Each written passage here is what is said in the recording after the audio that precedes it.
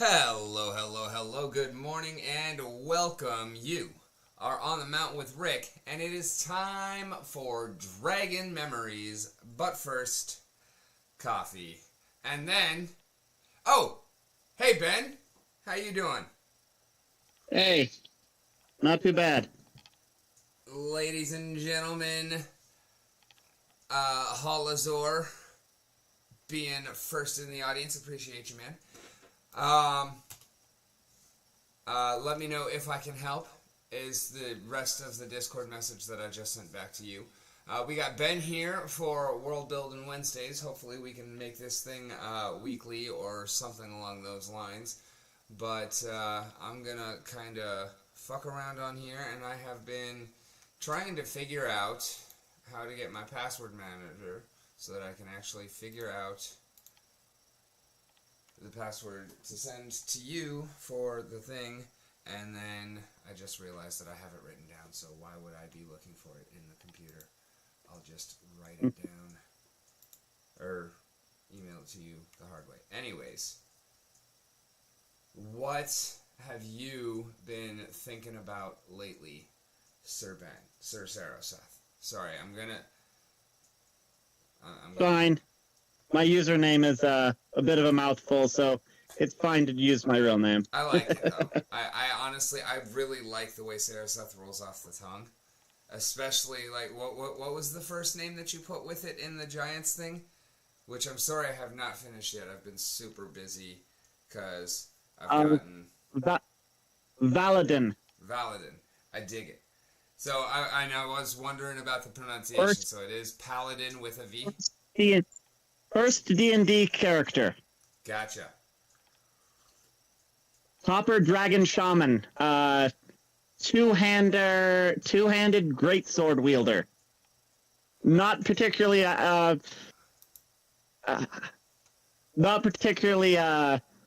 min-maxed or good, really, but he was fun because he snuck attack a group of goblins with a greatsword. It was kind of funny at the time. Okay. Wait a second. You just said sneak attack with a greatsword. Tell me more, you crazy son of a bitch,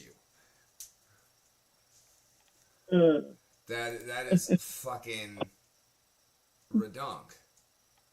Yes, it was. The goblins rolled poorly at that time. He was a fun character, but only lasted one session. Sometimes one-shots give us the best stories, though. Like, I do love a great one-shot. It's pretty amazing. So, what have you been playing lately? As far as games, little bit of Terraria and some games on my emulator for the phone, some old stuff. Tonight, I was actually thinking about trying to make the world map for, doing some work on the world map for the ice side. Alright, I need to send you these. You want a screenshot real quick? Let me...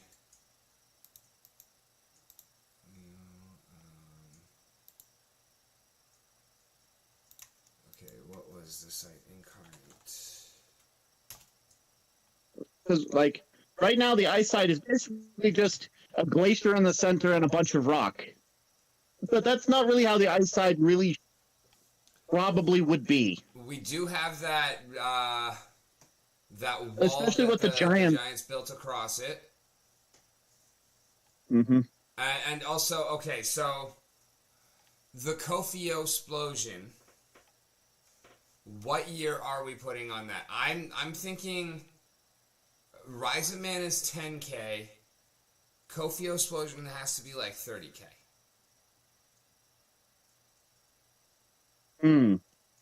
What's good, Bagman? Welcome to the YouTube crowd. Thank you so very much.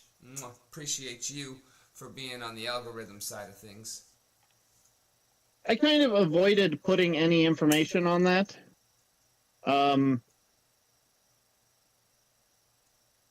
Mostly due to the fact that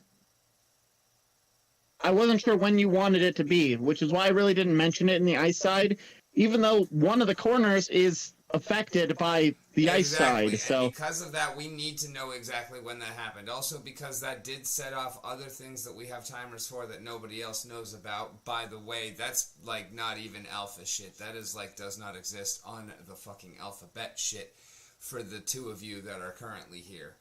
There is more at stake that that we don't even know about. We just know it's there because we haven't even started fucking thinking about it. But as far as the ice side goes, the only real important thing about when that happened is did it happen before or after the elves petitioned the ice giants for the outpost?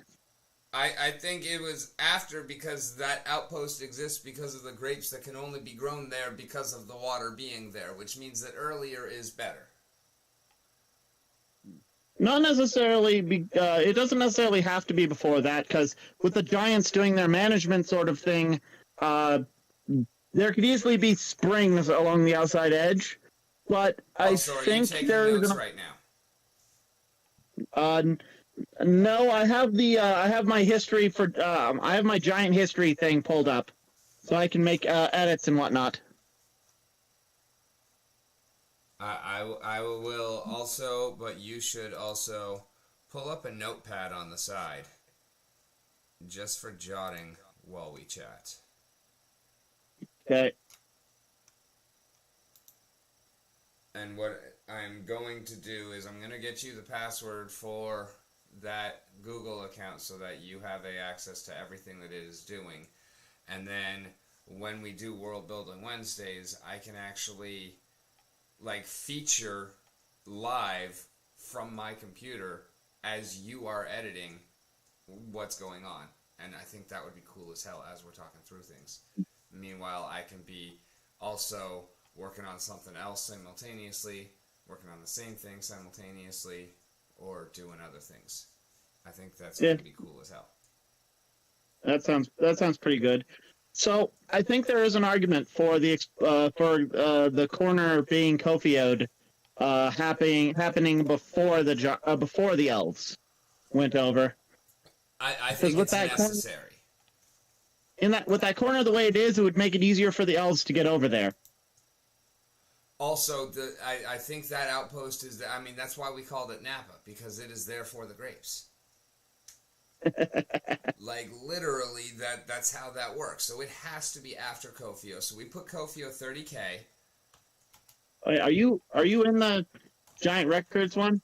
No, I'm making notes in Notepad right now. What is showing on my screen is the Incarnate maps. So load up the stream on YouTube if you would. Mute it. I pulled up on Twitch, and I'm seeing the Twitch is fine. the YouTube pictures. is better for future reference, just because I've already got the 1,000 followers on Twitch. I need to get there on YouTube, and it helps the algorithm. So Ice Side is Lakeram. No, that's just showing it. Ice Side is Lakeram. Here we go. And this, I'm loading so you can get a screenshot of the closest thing I currently have to an official map at the breaking. Okay. And I need to redo this because, this is like literally moment of breaking before it actually froze over. So I don't know how immediately it froze over, but this is like at the breaking is exactly that. So let me get all of this stuff out of the way here. Hide shortcut bar. There we go. So you can get a good view of it. Okay, so I have a question. What's up? How science accurate do you want this?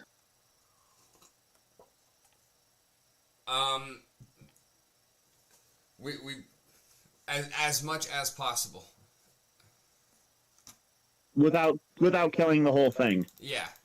I mean, okay. We want to magic as little as possible, just like we have done up to this point. Like, I love how we have done things. And so basically, what are you telling me to get rid of? Okay, so that mountain. Yeah? It's okay since you said this is when it first formed. But that mountain is going to... How much science you want me to go into on your stream to give context? Okay, well, number one, you can always go as deep into shit as you want. That is rule number one. Number two, I can change the size of it. Number three, the reason that mountain is there that way is because you drew a bunch of mountain ranges roughly in those positions and that one big mountain on that side. You're the one that put those there. So ask yourself why it's there. But I can absolutely make it smaller if you want. Well, here's the thing. As time goes on, I learn more about weather terms. I forget what they're called, but that mountain, it can be big, but it would not have a peak like that. Also, this is just, representative. I have very few, I haven't gotten the premium on this one yet. Okay. So I have very limited mountains, hills, colors to work with. This is literally just getting general shapes and ideas down. That's fine. So I would go ahead and make it bigger, but flatten it. So it's not as tall. So it's just as wide, but it's not as tall. More of a mesa.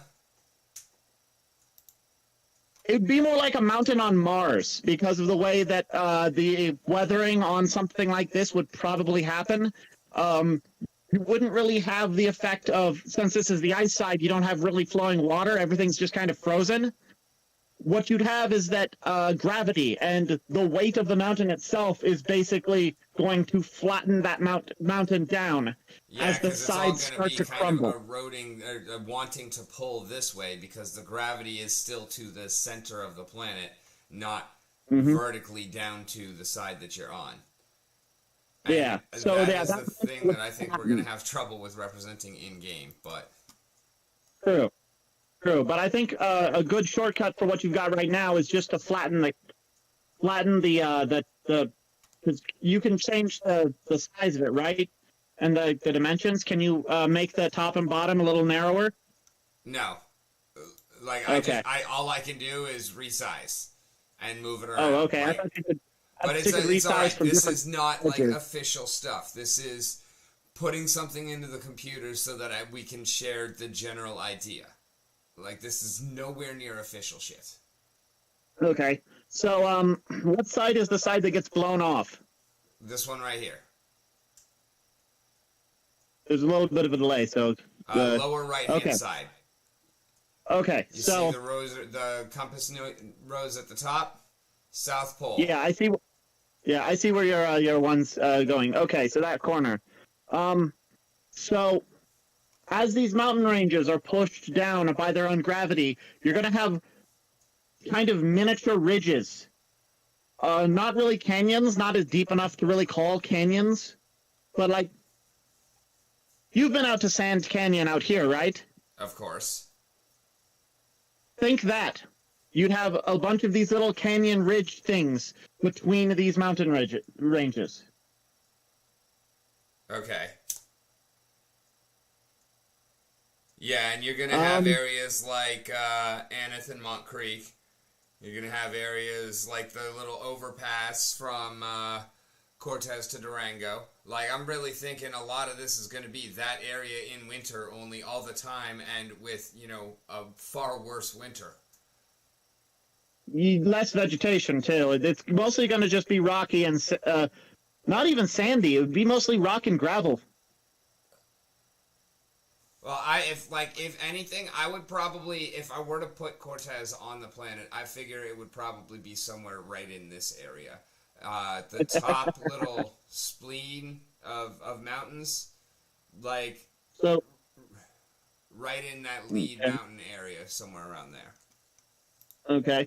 So, I mentioned in my little report a location. You haven't read that far in yet, but it's basically the Giants' first city, and it has a unique feature. I did read it, and actually, let me go ahead and pull that up. Because, yeah, that's the kind of thing that we need to be doing right now. Complete history according to Giant Records.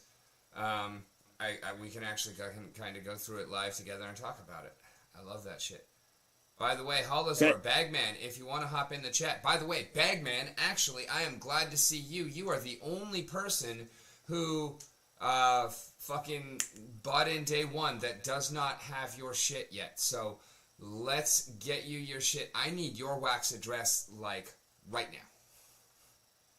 now. Like, right now. I have been feeling bad about that shit for a while. So, okay, looks like you're on this already. I am on it, yes. Looks like we're both watching.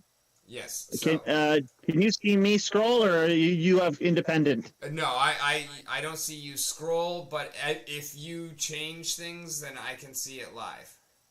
Yeah, see? Okay. All right, where you clicked on my screen, you see yourself as Anonymous Beaver. So, hello, Anonymous Beaver.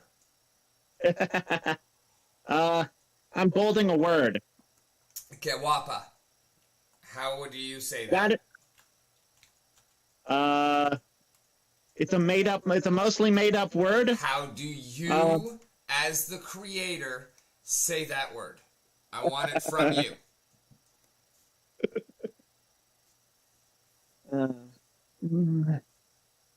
Kahalpa?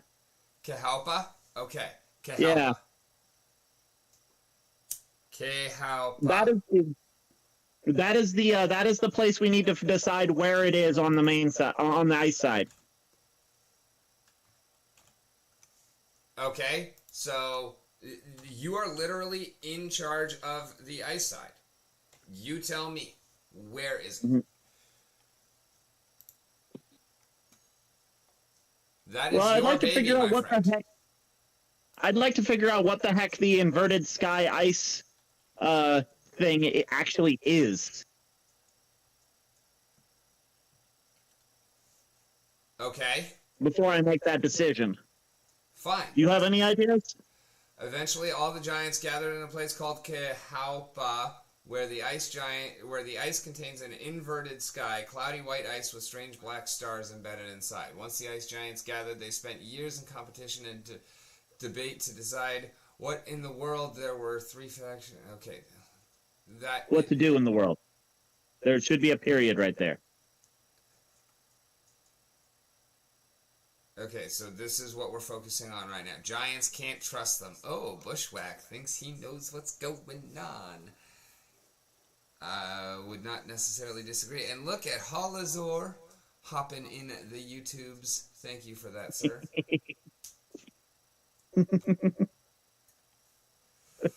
And also, guys, hop in the voice chat as well. This is Ben. This is best friend. This is co-creator.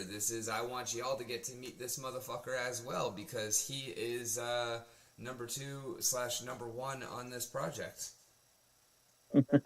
So, like, thank you. If I'm Aggie, he is Matt. If I'm Matt, he is... No, I'm definitely Aggie. He's Matt. If anything. No, I'm not Aggie, though. I'm not Chief FOMO Officer. I want to under-promise and over-deliver. Was he on the stream before? He was actually here live in person on the stream before. Only once. Only once. But, yes.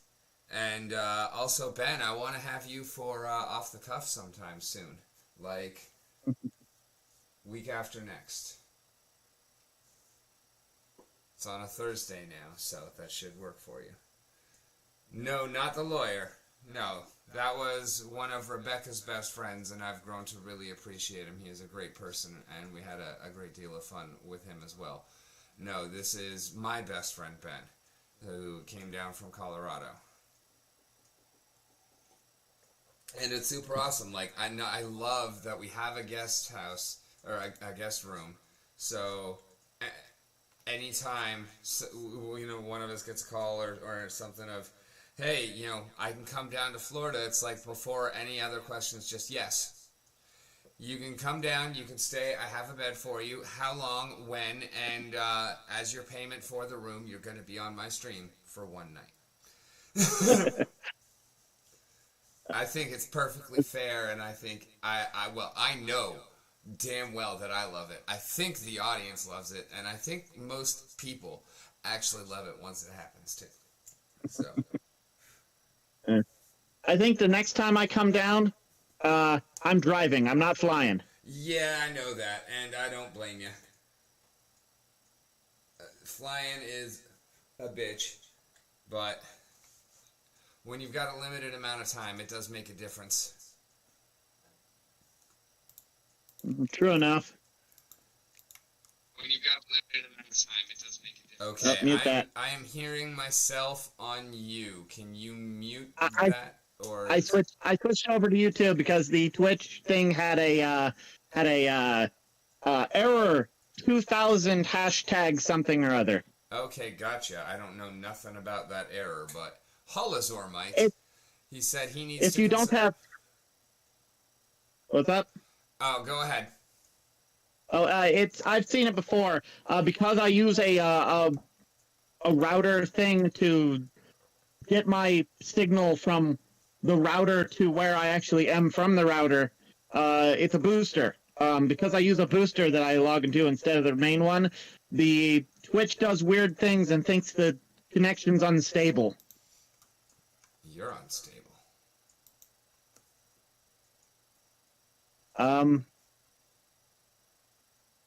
You know, I can't really deny that, but you can't either.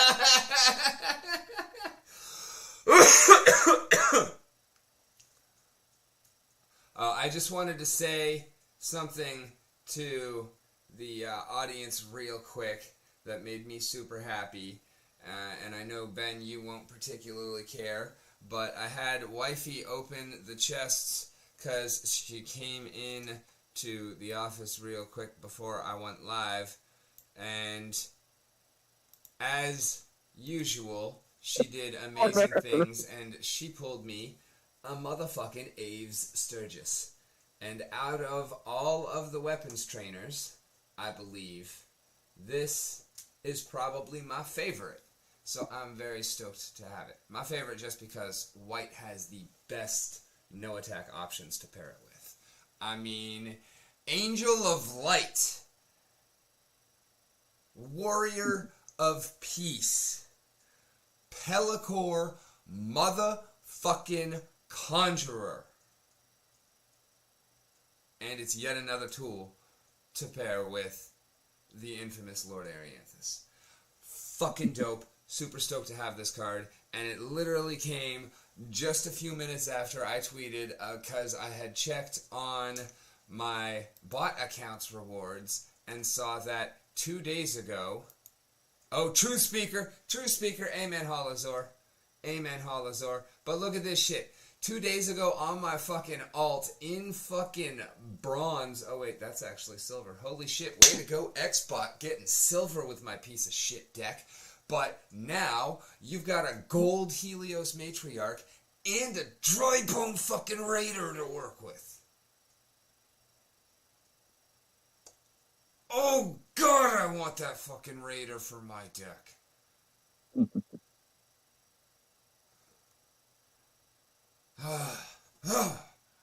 Sorry, I'm pissed off at my own luck.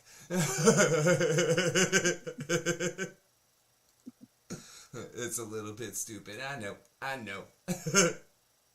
Anyway, back to the more important things. Alright, so, in the beginning, there was nature and all was well in the world. Then there was pressure, something amiss. Nature was torn and compressed. The world put to unsteady order, and the giants awoke. The giants claim that the world is different now than before they rose. The world is now different from before they rose. That still seems a little clunky. 130 season chests so far. Oh my god, Holozor, you are a fucking god. You are a fucking machine. Um, with a machine of a bot.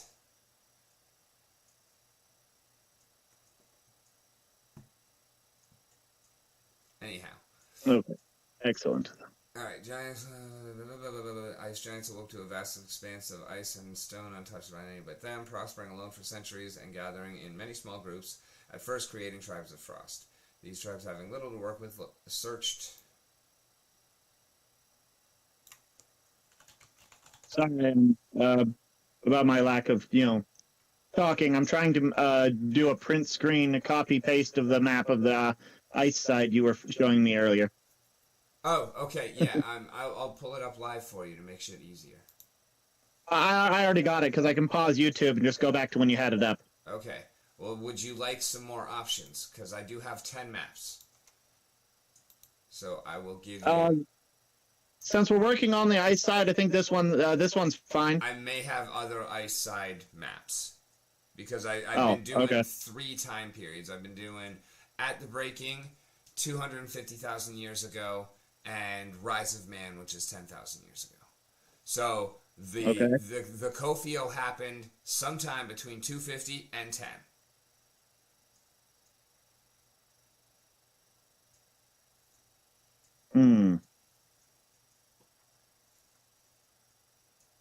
Okay, let me just prep for more maps.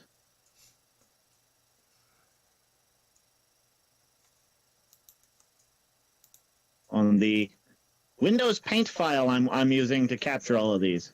Oh, dude, no. Windows button plus Shift plus S.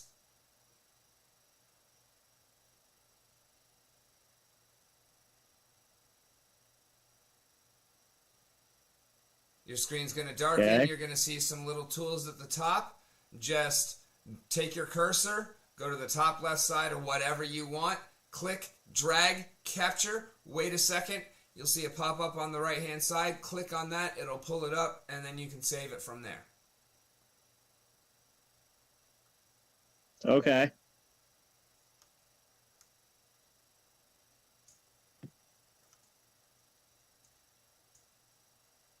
And then if you can find where that folder is, you will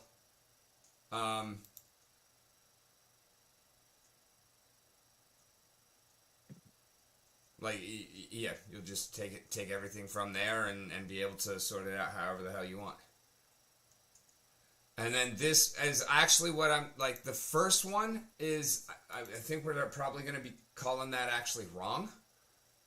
Because we wanted it's frozen from the get-go, right? Like it freezes pretty much immediately. Or do we want to go with that as like it started out green but froze over how long? Did the giants freeze it? Is that how that happened? I don't think so. It is getting less light than every other side.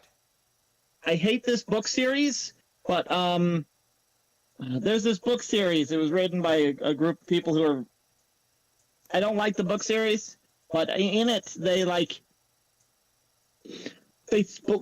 took Earth, like this Earth, and they split it apart and they took its different elements and they rearranged it into 4 different Earths, plus like a 5th like prison world. And I figure that's what the dragons have done with this cube, except instead of making it into 4 worlds. They just took the elements that were already in the world and just isolated them on their sides. Okay, so I think it was frozen from the get-go. Gotcha. All right, yeah, no, I like that a lot. That works. That works very well. I really don't like that book series, but it made for decent world building. Good things come from shitty places sometimes. Yes. So Lake Room was just an ice dragon, and that's why Lake Room is an ice side. Or he enjoyed ice powers. I think the Guardian Dragons kind of are beyond. Yeah, they're beyond simple, but that was part of his portfolio. Like, yeah. But no, I really, yeah. Wonder if anyone in chat can actually come up with the name of that series.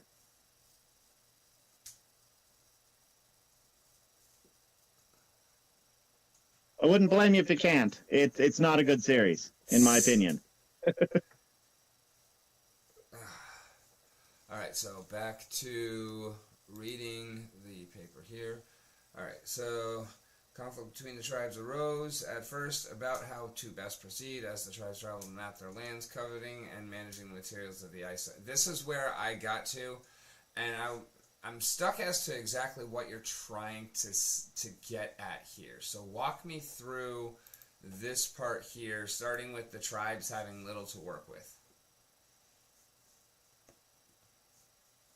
Hold up, I have to get back to that. All right, tribes having little work searched for purpose and felt the world needed to be repaired. Unlike the other giants, since they are pretty much all they have to going for them is cold and ice. There's not a lot for them to work with as far as, you know, what the other giants are doing. True, but in the long run of things, that seems to actually work out in their favor to a great degree. It does, but I mean, benefit of hindsight is benefit of hindsight. At this point in the thing, the tribes, the giant tribes, they don't know that. True, but how intelligent is this particular tribe of giants in general? Well, this is mostly talking about all of the tribes. I mean, there are some unique features and unique resources on the ice side, which they have access to, but how intelligent and reasonable, how wise are their stats? Holozor say, me smash small thing. Like, are they Hulk level intelligence? Are they Bruce Banner level intelligence? Are they average human? Are they, you know, +8? I would say at this point in time, imagine a person from ancient Babylon stranded somewhere. They're smart enough to be able to, you know, work with the world around them, but they're not like modern or medieval intelligence. Okay. So they're smarter than all of us. Ah! Holozor shots fired. What's up? Oh, Holozor's just over here, roasting, the current human race, and I love it, because fuck the species. That is, by the way, pure alpha for those of you out there right now, because I think this current crowd will actually understand this. Please, no clips.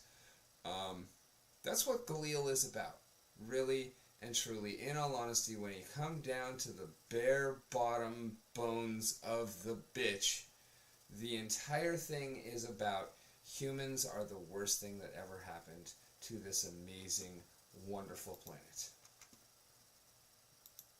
That is the moral of the story, folks.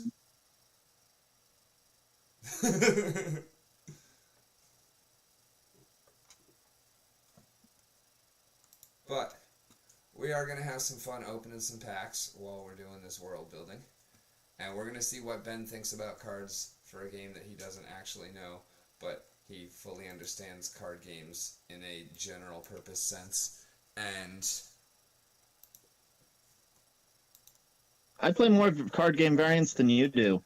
Oh, probably by several orders of magnitude, my friend. This is an undeniable fact. Well, to be fair, I don't. To be fair, I don't actually play them. I know them. You play exponentially more than me, and you know exponentially more than you play. That's what I mean by several orders of magnitude. Like, I know the kind of research that you do, and you're actually the one I learned how to YouTube from. My difference is I do it all on one fucking thing, and I learn every goddamn thing about it. And that's my skill. Yeah, And I don't care much for being on YouTube, like just my own channel, because I honestly don't know what the heck I'm doing when I play things. oh, you don't have to. That's the great thing. People love to watch you fail. People will actually be happier to watch you fail than succeed. Honestly, some people watch to learn to be better. Some people watch to see someone who is worse than them. Some people watch to just see what the best are doing and learn how to counter it. That's kind of the three people. And then there's some people that just totally and completely don't care what's going on with the gameplay. They're just invested in the gameplay. So Mm-hmm. that's pretty much my experience. And the ones that watch to get better, they're not really in my audience, I feel. And some of them come in towards the end of my stream because like Holozor and P-Trek both take over for me on Splinterlands TV, and they're fucking amazing. They're both humble as shit about it. Well, Holozor at least. But Holozor, you are completely correct. The ancient Babylonians were geniuses in many ways, but they were also very, very arrogant bastards. And I think that that's going to translate over fairly well to the ice giants, because they've been at the top of their game since everything began. All right, so are we calling them ice giants because it's not frost giants? I do kind of like the sound of frost giants better, but I've been using the words interchangeably. We can really call them whatever. Now that I actually say that out loud, though, I don't think it's true. I think I'd actually prefer ice giants. So, Ben, we have a couple of questions for you. I got 2 Chaos Legion packs and I got 2 Gladius cases. 2 different kinds of packs. We can open one or both at a time. I personally think it is better to open multiple at one time. So, do you want to do 1 or 2 of which one first? Let's do one of the Gladius cases. 1 Gladius case coming up. We are looking for Quora, not gold foil, or anything else gold foil. Literally anything.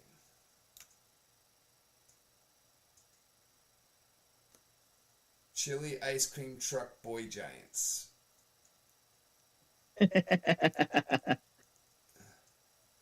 Don't think we're going to go with that one, but thank you for the submission. I appreciate your interest. We could call them by biome names. Tundra, maybe? Tundra giants? Oh, we got a double rare pack. Alva, Damon, Witch of Warwick.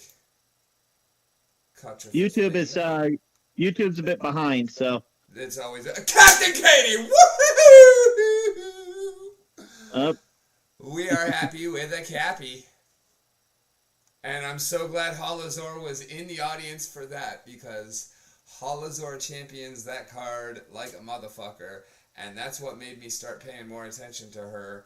And Holozor was right. Like, she's a fucking beast. So, oh shit, I can't believe I just clicked out of it. So she has a magic attack and snipe, which means she does not hit the front target unless there are no viable targets for her. And her viable targets are anything that has an attack that is not melee, even if it has a melee attack, or anything that does not have an attack, and will be the first one after the first position. So she is the skill is called Snipe, and it really is like, typically the single best way to target their most important thing most of the time.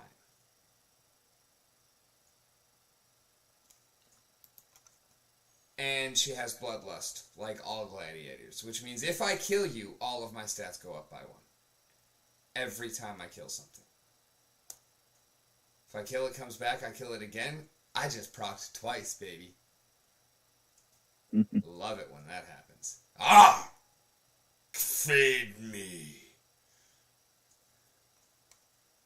Alright, so now we got 2 Chaos Legion packs or 1 Gladius case.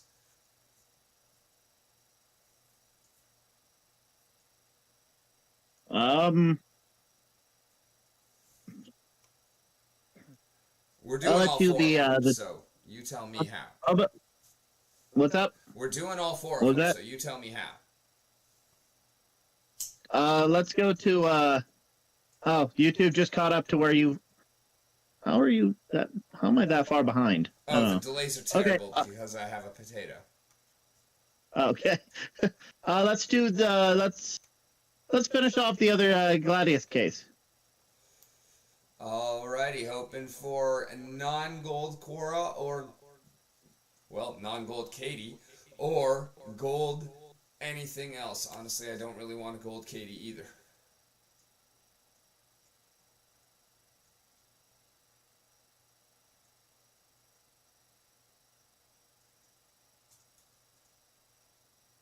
I'm lying, I would love a fucking gold Katie.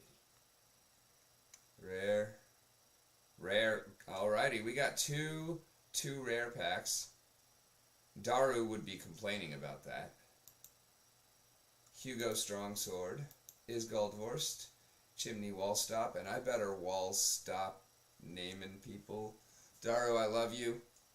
You, my boy, always in here, even if you're not saying anything. Like, I appreciate you.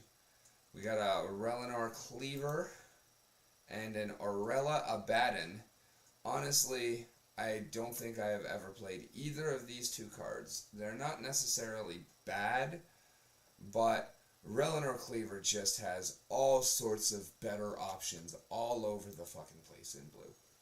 And Aurella Abaddon is actually serviceable in super low mana fire, but fire is not where I'm going in super low mana if I have a choice.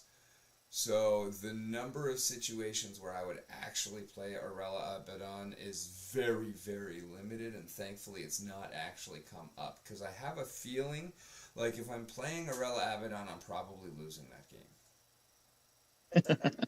Like, that's the lengths I'd have to go to be interested in this. I mean, he actually is great for that team, though.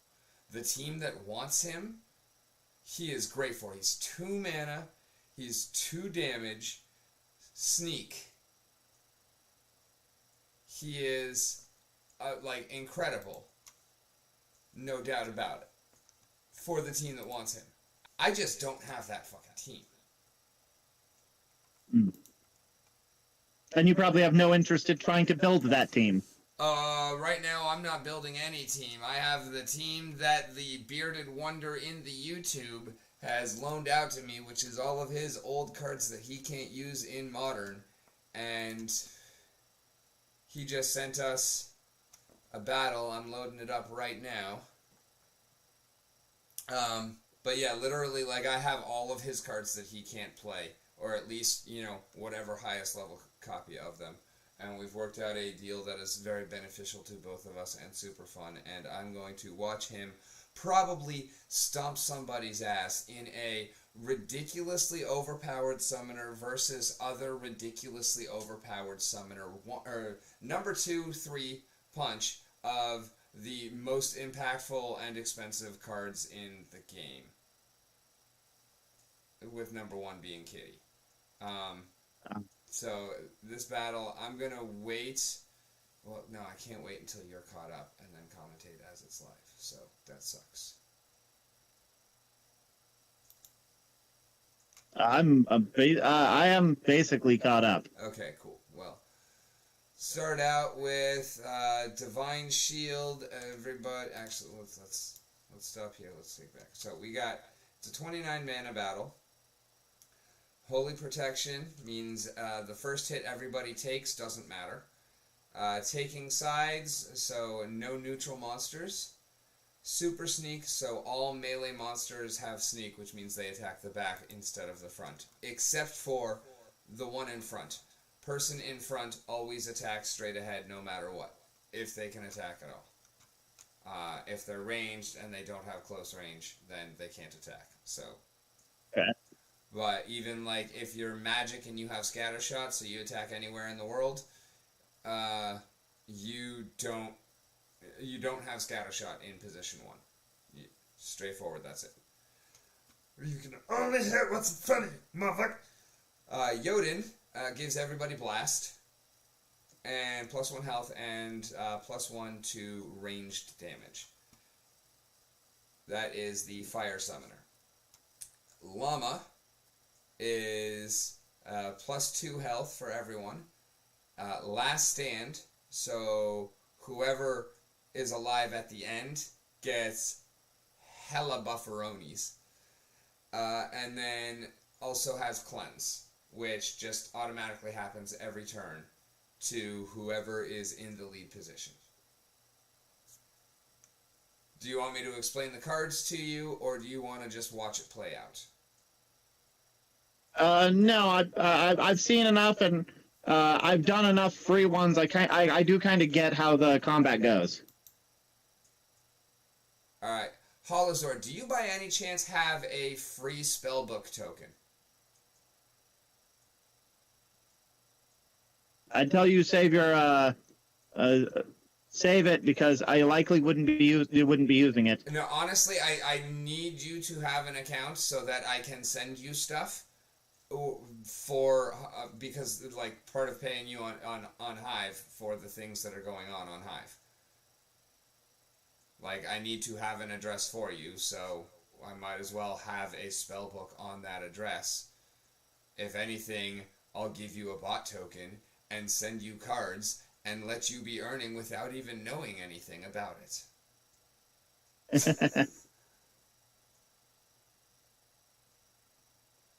Quora is just insane. Are you watching this battle? Like, what do you see so far?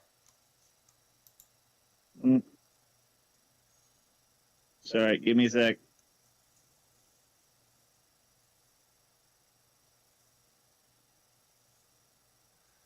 I paged over because I'm making little map edits while you were talking. All good.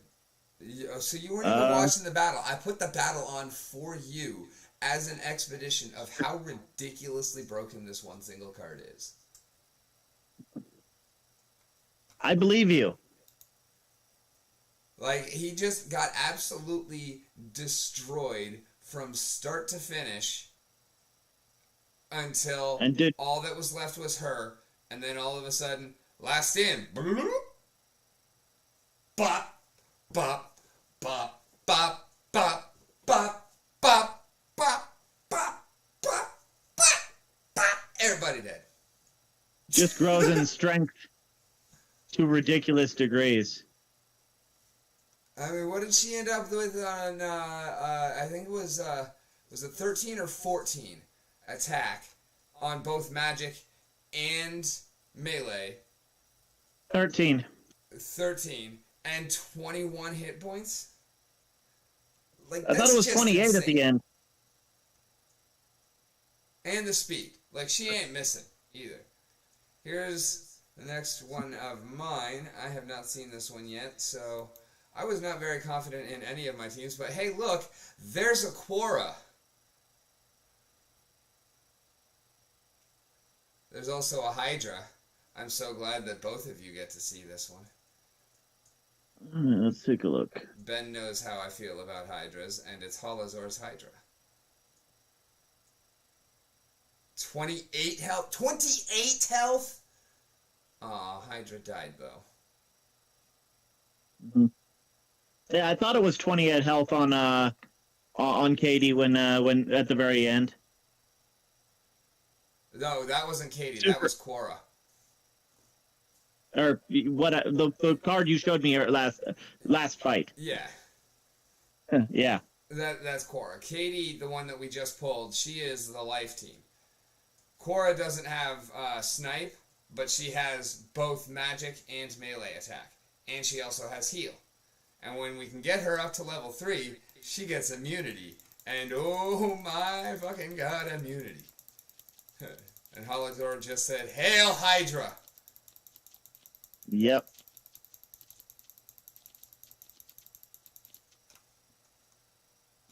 If you lived in the MCU, would you go Hydra?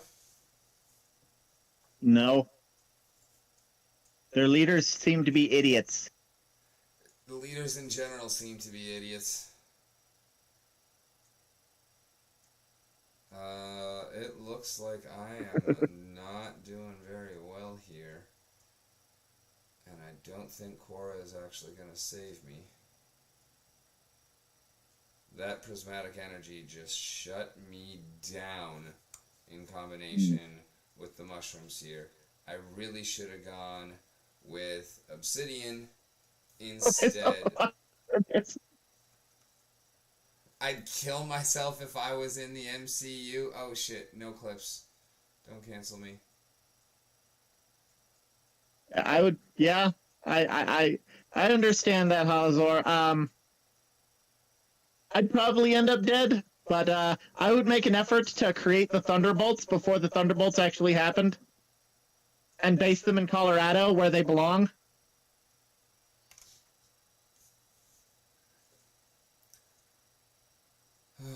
We got the poison on here. No, it's not gonna matter. It's over. I don't have that fancy Lama thing that makes your dude go when he gets better. But it's alright. I went 3 and 2, even if one of them was from a 3. You've only watched Iron Man. You have not watched anything other than... Oh my god. That just blew my mind, my friend. Like, I didn't know people like you existed. And that's only because it was on the back of the plane seat in front of you. You refuse. Why? Why are you so staunchly against these movies, my friend? Like, I have to know more. They're not cinema, they're trash. They're entertaining. They may very well be trash. I am not arguing this fact at all, but they are very fucking entertaining, and that's what a movie is for. They're not cinema. There is cinema, and it has its place, and it is a wonderful thing, and it should not go anywhere. Entertainment must be profound for you to value it. Okay, I can understand that. Are there not subtext enough for you within the MCU? I mean, there's plenty. There's enough to offend fucking everybody who's looking to be offended over something. So, I'll be honest, I stopped watching the MCU a long time ago, because I felt the newer stuff is kind of stupid. I'll be honest, I've been trying to catch up on it. The channel knows. Bushwhack's probably heard me say it before. I actually have been kind of watching the MCU in its entirety in timeline order. I really haven't watched anything since I started working on Dragon Memories, to be fair. But like, it's just something I was doing whenever it was like I was alone, gonna put on a movie for whatever reason, something to go to sleep to or whatever. It was, you know, just going through all of it in order, and got up to the point where the shows are introduced, so things are slowing down a little bit, taking a bit longer, but I'm enjoying it. The last one of the movies that I actually saw was Shang-Chun, and I thought it was a great ride. Like, is it amazing, like, thought-provoking stuff? No. Does it have its subtext? Yes. Is it, you know, just a good time of watching some amazing fake martial arts? Yeah. And, you know, is it an inspiring story? maybe, to the right people. So, I feel like it did a good job at what it is. The subtext is money. Yeah, exactly. Like, and there is a need for that to be brought to the attention of the masses. Are we wrong? Like, the entire fucking machine is designed to fail, and we're going to be the ones that it crushes. So, let's let that fucking subtext be there. Why is that actually a bad thing?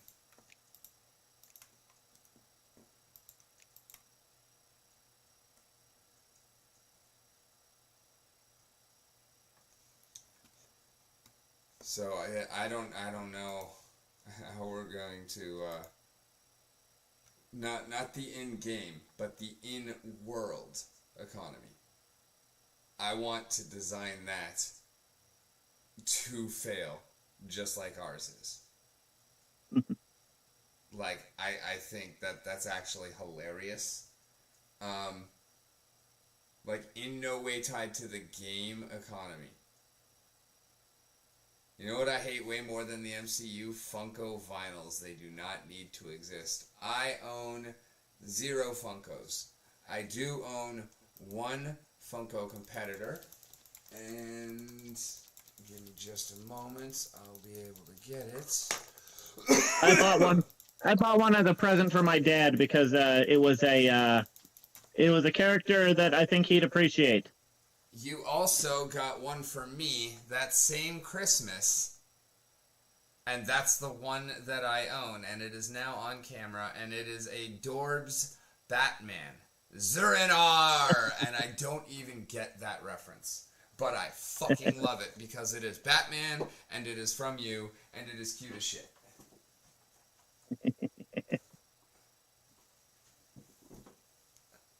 That's the closest one I thing got to a Funko that I own. The one I got for my dad, it was a Funko. And it was a character from Goonies. Okay, which one? The Asian inventor kid. Okay. I said in booty traps.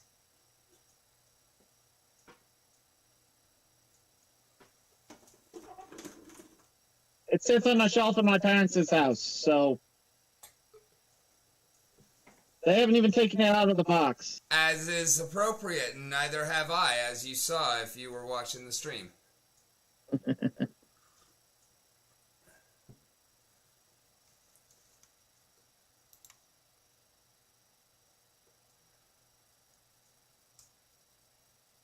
Alright, so I am going to kind of rework here from the Tribe Search for Purpose onward to get them to Kahaupa. Sure. But what are you wanting to convey in between? Mm.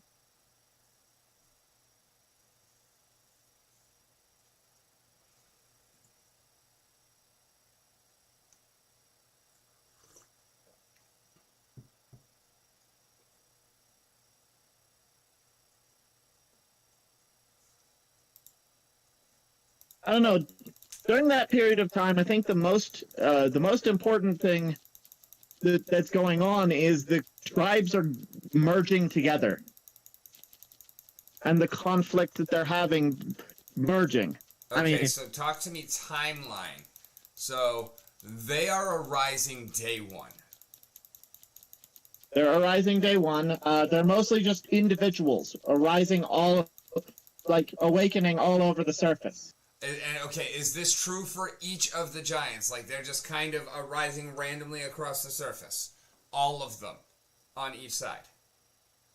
Yeah, but and I figure it's probably going to go a similar way. They all arise on each side just as individuals, and they scout around, and maybe they see a couple of others of themselves of their kind, and group together, and being fully formed, intelligent-ish beings with a tie to nature, they get together and are reasonably social, some more than others. How many did we decide of each at originally? I don't think we ever made that decision. All right, make that decision. We made the end numbers, but Yeah, we never I made the got original. those. How many are we starting with? We'll make it the same number for all of them. Just give me one. What's the highest number we have on that other list? You said what's the highest? Yeah. That would have been the Frost right? They're the ones who had the highest population. I'm thinking 482, if I remember correctly. Let me pull the book though. Actually, book is. Be right back. Yeah.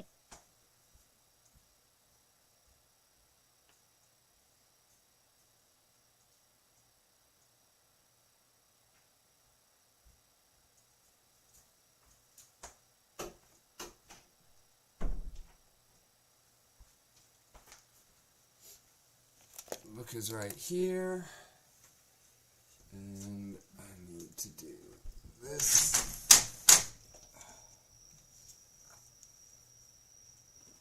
Y'all may hear some crickets or whatnot now. Sorry for it, but honestly, I don't mind. I hope you don't either.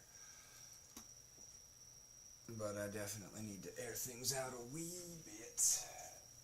I am so glad it's too cold up here for crickets. You don't like crickets? They're too loud pretty much all the time. Oh man, they're so peaceful though.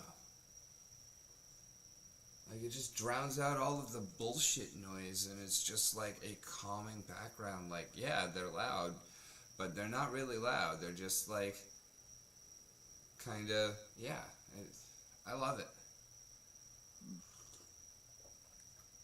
Well, if you can hear them now, I apologize. Not really.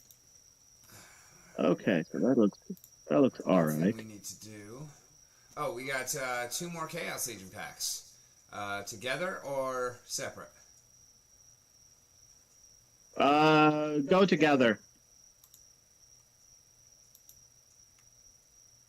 Alright, we got 10 cards now. I want you to close your eyes and imagine with me. We see the blue and purple backs of the cards. And as I hover over them, checking the borders, we see that nice, shiny yellow glow that always brings with it happiness. And we click on the card, and it starts to shake. And then it flips over. And the first thing that we see is not a Q, but a G. And then an R. And then and. We see the +1 armor. We see the void armor. We know what the rest of it says. We look up, we see the outstretched hand with the gold glow, and then all of a sudden that gold glow is coming from the whole damn card.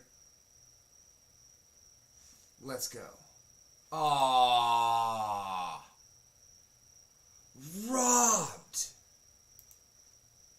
I literally had my eyes closed so I did not see that error the entire time. That was so... Oh, wait. Okay, view. Click here to see what you got.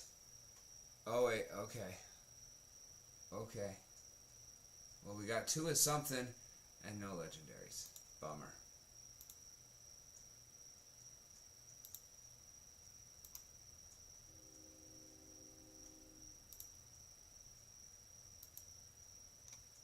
Alright, Ben, which one of those are we giving away right now?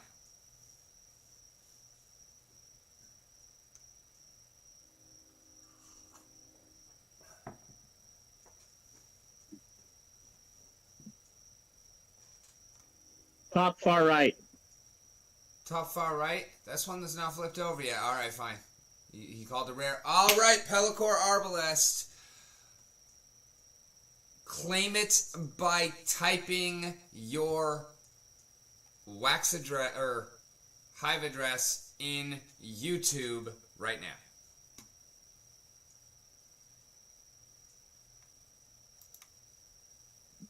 And a Demon Shark and a Cursed Windaku.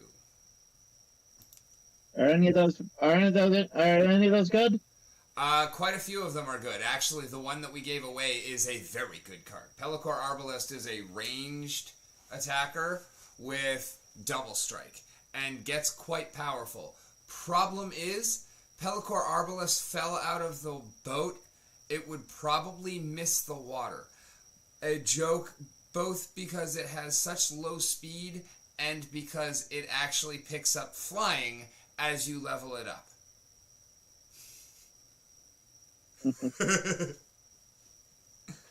Isn't there rule sets that There can't is use a flyers? rule set where that flying is very, very big, and it actually, he would be amazing at level in the leagues where I play, and I do not have him at level, but I do have him in gold, so it's nice and yet sucks at the same time.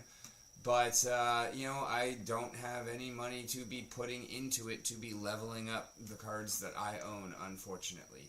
So... Yeah, makes sense.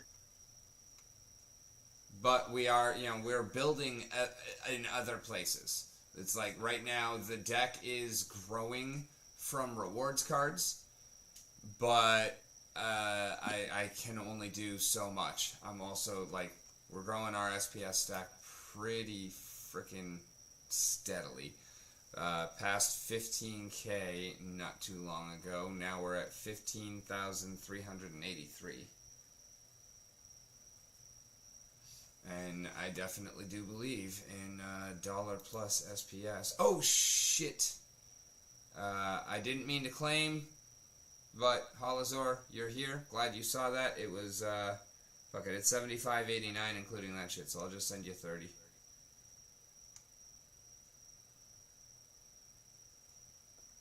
I meant to claim these ones up top.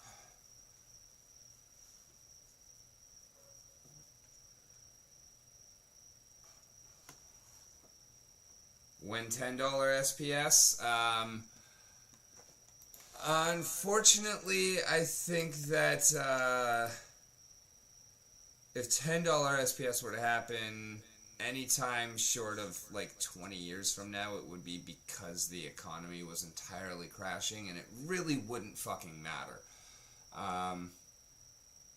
But if the game is still around in, say, 25 years, and I mean Magic just celebrated 30, so I'm not saying that is going to happen, but I'm not saying it's not going to happen either. There certainly is precedent. And especially with Magic actively fucking destroying itself, Hasbro actively fucking destroying itself on multiple fronts. And that's why I don't buy anything from them anymore. That's why I don't buy anything from Hasbro anymore. I am not the only one fucking saying that. So, anyways, exactly. Hasbro is fucking imploding. If Splinterlands can catch even some of that fallout, there is real fucking potential. So I sent you a Holazor 7.5 million, which means $1 SPS nets you $750,000. I'm not saying take it all out, but I'm saying when you got that $750,000, take out $250,000, because then that $5 million being down from 7.5 million, that ain't gonna really help you all that much more than the additional growth that you can make with what you pulled out earlier. I hope I actually worded that right, but I think that the thought there was clear. So I sent you a text message. You did. I saw that. I am on my way to it right now. Alright, so this is Also, actually, send me that on Discord. Okay, I can. Because then I can just take it We have a guest. directly from there. We have a guest, by the way.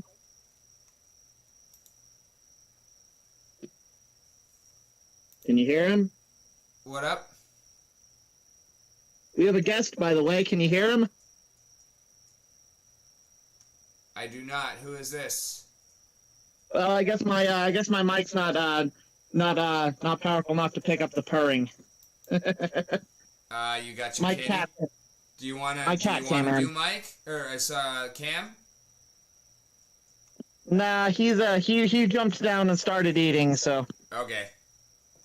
all right, let me see about sending you that.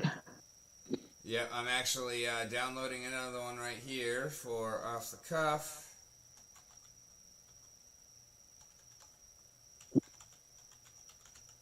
Because tomorrow we will have Yokoyati from Novo Pangea, another creator on Off the Cuff.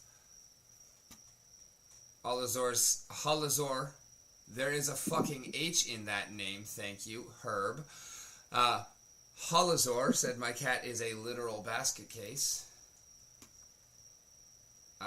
That sounds like animal abuse, sir. You, I hope that wasn't part of a underwater basket weaving session. That sounds like it would sound miserable. Okay, I sent it to you on Discord. Heard. Thank you, sir. My cat. My cat's name is John. Go ahead. My cat's name is John Slade. He was given to me by a coworker who found him on the side of the road. Oh, look at the kitty. Based off of the big burn mark on his lower lip. He's adorable and also a basket case. Agreed. Okay, where did you put the pic? I sent it through messages. Okay. But his name is John Slade. When they found him, he was hiding under some cactuses. Probably hid there over the night because of coyotes. And when they gave him to me, my only thought went to a really bad, not a bad movie, but a movie I hadn't seen in a long time called Wagons East. And the villain in that was named John Slade. And in the movie, he lands on a cactus. Okay. I don't know why my mind went to that when I got him, but that's how he got his name. I don't have the link from you in the messages at all, sir. I sent it. Welcome to Private Voice is what it says. All I think of when I look at Lovely Lady Mia is John Carpenter's The Thing. Lovely Lady Mia, who to Ephadia? I think that's the name of his cat. Oh. I'm not. I might be mistaken, but Mia might be the name of his cat. You're probably correct, sir. I are just moron for not noticing that one earlier and even having to ask the question. Like, stupid. Literally a picture of him on the screen that I am sharing with y'all at the time that I'm asking, oh yeah, who's that? So I think I posted it in the Private Voice channel. Okay, let me come here. Mia is indeed her name. Okay, I see a box here, inbox. If my computer wasn't a potato, that would probably fucking help. Slade. For you. Oh god, it's TikTok. No! You will not trap me.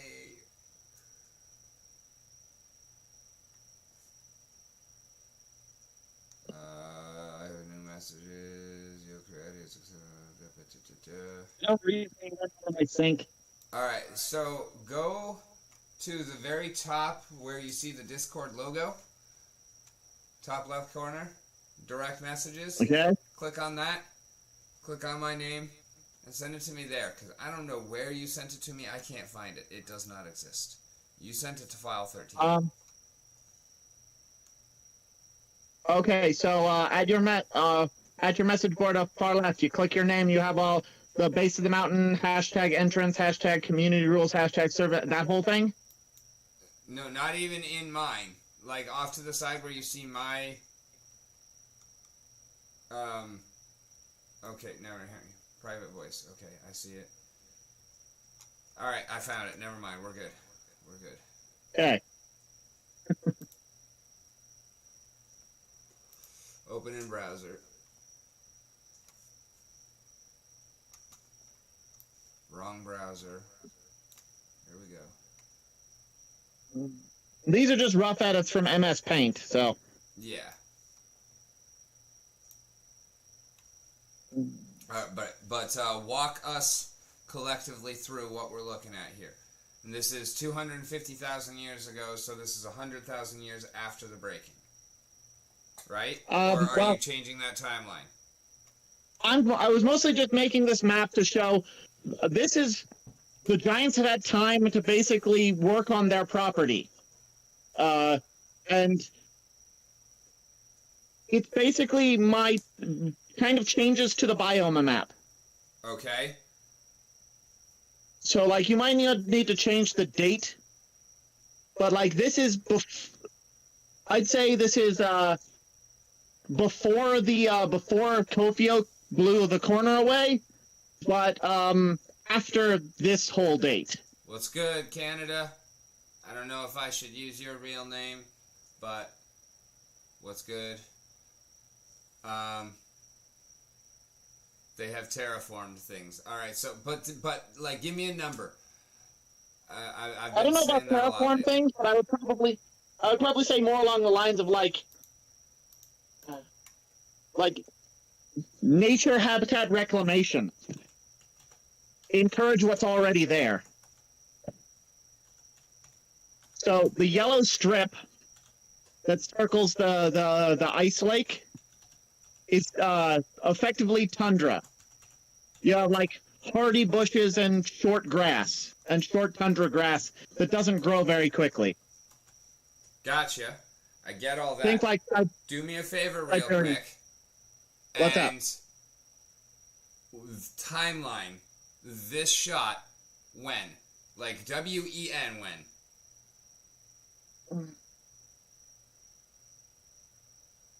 If it's not your present preference, then you're Canada. So, understood.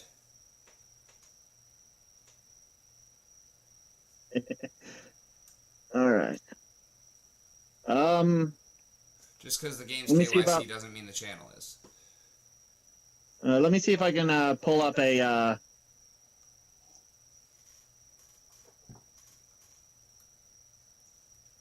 Direct messages.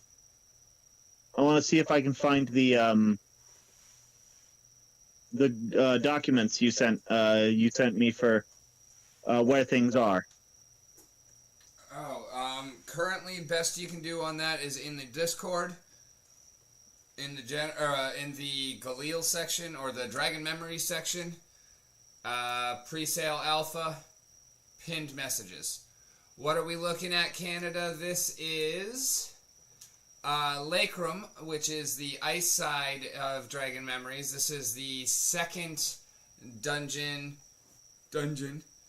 that we will be exploring, the second Dragon's Memories that we will be looking into. The first one is Kamidora, which is the desert side. And Ben, my best friend, is co-creator of the entire fucking world. Like, Galil, as it is, would literally not exist without him. He knows a little bit about a lot of things and a lot more about a bunch of things that have really helped this place to be a whole lot more than just, well, because magic. There are reasons for most things, and when we do have to, well, because magic, then we generally have a good indication of what exactly that magic was and why it happened that way anyways. So we try to leave the basic because magic to as minimum as possible and make everything as much geologically sound as a frickin' cube of a planet can actually be. And the man is a fucking all-star when it comes to just ideas in general, and especially coming up with super crazy shit out of absolute left field that you would never expect. And no matter what, he has been an absolute institution in the creation of Galil as it is so far. So, just putting that out there. No pressure or anything. Because you've already done enough. But goddamn, I can't. Like, I'm excited to have you on more so that we can do more of this shit together. Because I fucking miss you. And if we can actually do like a weekly stream on Wednesdays, that would be something completely fucking amazing. I feel for you, for me, for the channel, for the project, and for the fans as well. So, I would really hope that you will consider that. I'll see what the schedule looks like. I don't mind being on at Wednesday nights. So, but it really depends on if any other plans come up. Yeah. Because I still have to help my parents around their property. Yeah. No, I Although get you. I have in about a year, I'm looking at into getting else out. You gotta do. And I heard a great idea on a D&D thing the other day that really kind of stuck with me and makes a lot of sense for a lot of things. Rather than scheduling weekly, where everything kind of can get to be a pain in the dick for that one day, or every other week where it tends to get forgotten and kind of brushed off, like 3 weeks on, 1 week off, is a pretty good way to handle things, and I wouldn't be opposed to that idea either. Okay. One interesting thing, in about a year, we're probably looking for property. Oh, for real? Okay, this is premium alpha information for me personally, and something I honestly never expected to hear. I thought that you were there to take care of them, and then that was your kingdom. I'm not leaving very far. I still need to keep an eye on them, but I do need to try and get I feel I need to get a place. I get you. I feel like it is good for you as a person to get out of there. Right now, I have two things holding me back. I need to finish off paying off my car payment, and I need to get some money for a down payment. And I figure a year should give me enough time to do that. That is maybe a little over for the down payment. That is a good timeline, and that is a good goal, and that is something that I would love to be part of helping you with, and that is what exactly kind of timeline we are looking for on this game as well. So, we are looking for pre-alpha Q4. That is a commitment that I have made. That is something that I believe that we can absolutely do, and that is something that I need to have absolutely done is side one, basically Kamidora and Lake Rum.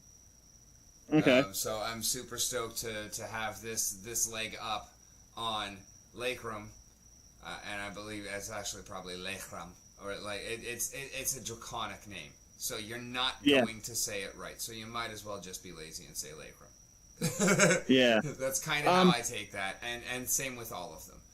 Like, So I think this map should basically be right before Kofio explodes the corner.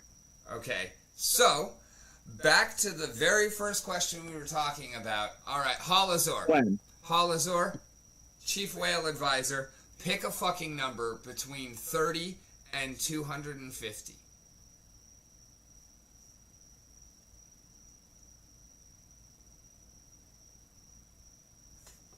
Why? Because Kofio. And we have... Oh, by the way, whoever spells her name in chat first will also win a prize.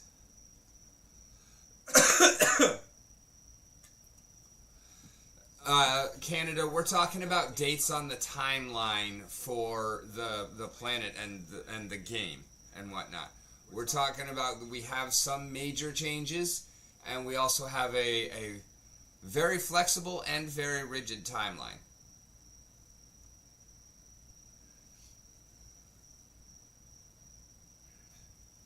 All right, well, Yahoo, congratulations. You put your Hive name in chat first. Even though that's not what I asked for there, nobody had done that from the previous giveaway where I did ask for that. So, congratulations. You win a Pellicor Arbalest.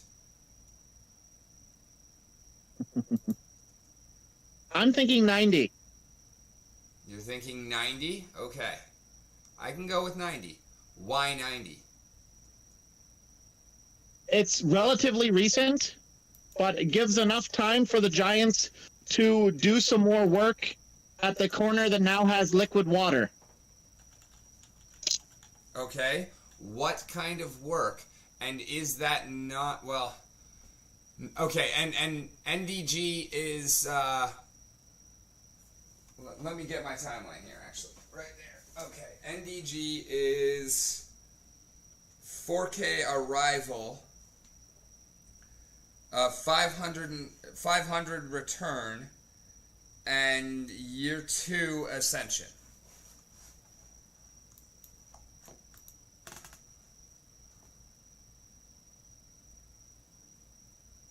So 5,000 before the current point. 5K BCE, yeah. Okay. Is when they first arrive. Nightbot's not playing anything, Canada. He just doesn't know how to shut up.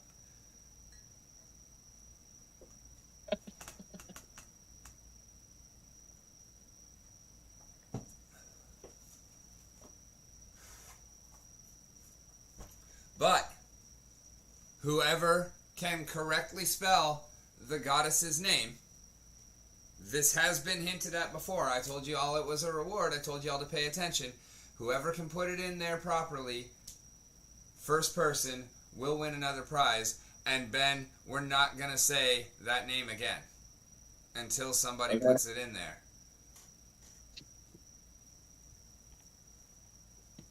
So, just putting that out there.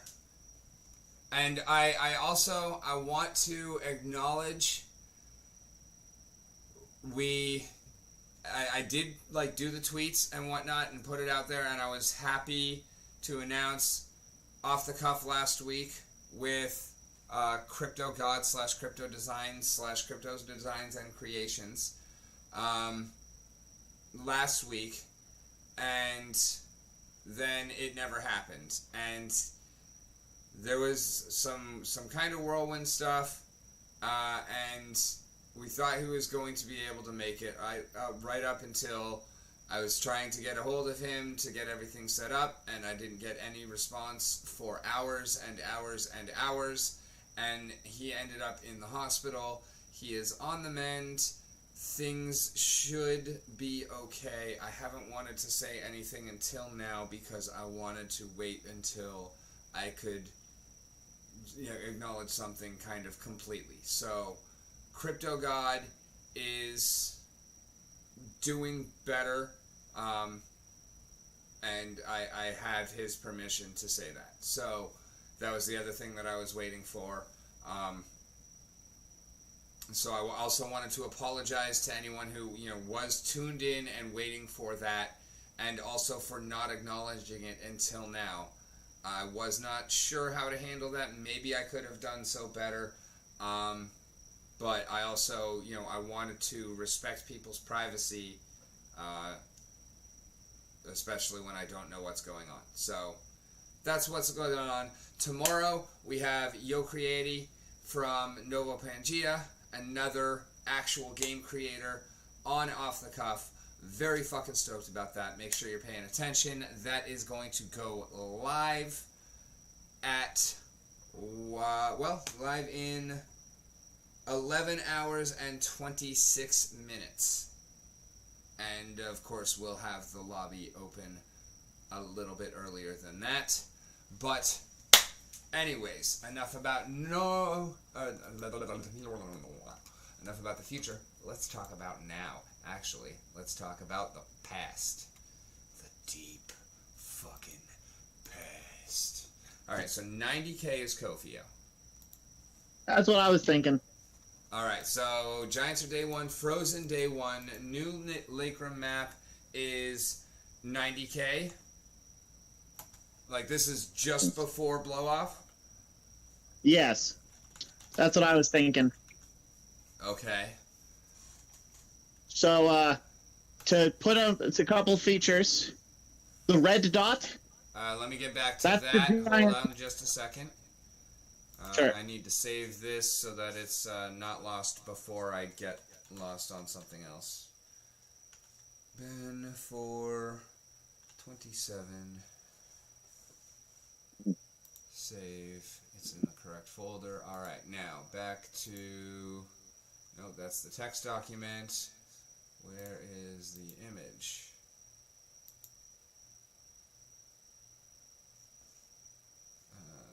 Fuck it, I'll just open it again.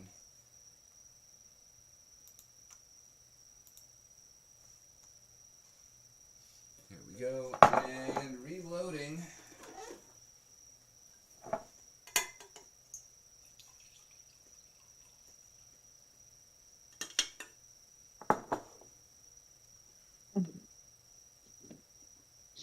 Okay. So the red dot is the Giants' capital. Okay. On this side. And it's funny, because you know what? That is exactly where I was pointing out that I would put Cortez. So I'm not surprised you picked that. I was debating 3 places to put it. Either right there, north against the mountain, or south between the other two ranges. Honestly, I like it exactly where you have it. I want that peak to be Lizard's Peak. I want to have Telluride up there. Like, we're going to change setting kind of... But I want, honestly, that's what I want to do with the Frost Giants, is I want to put them in that area, if that's cool with you. Just because that fine. Makes it a hell of a lot easier for me to explain it, conceptualize it, and sell it. That's fine. So, you notice the yellow is all basically grassland tundra. Think Siberian tundra. Okay. You have short grass. You have tundra grass that's most of the time covered in snow, but sometimes isn't. And when it isn't, it grows a little bit fairly slowly. All right. The green is boreal forests. 10-4. There isn't much wood on this side, but what can grow there that the Giants have cultivated are slow-growing boreal trees. And that's what the lime green is. Yeah, that's basically over the rivers and through the woods to grandmother's house. Well, probably more like on either side of where those rivers would be. But those rivers are just going to be ice flows, so... Yeah, basically, it's not still running water. It's basically moving ice. Oh, it probably has running water like at the very bottom of the ice flow, but and that's why the trees can grow there. Yeah, It's running water underneath, but it's basically just moving ice at the surface. But yeah, I get it. So the lake in the center, I came up with. So most of the lake is frozen, but along the edges you have thawed ponds, basically little thawed sections of beach, effectively, where whatever aquatic races live on the ice side, that's where they would meet with the giants or anyone else. Yeah, because we do have that area populated, which I don't think is actually going to surprise anybody out there, but nobody out there knows anything about. So that does not mean say anything, that does not mean don't say anything, but it does mean that anything that you say will be pure alpha for everybody here. Mm-hmm. And I'm killing a bug, so I'm off screen, but I'm still talking and listening, so sorry if you hear things. Oh, very cold ass water. Very. Sub-freezing water that is just not frozen.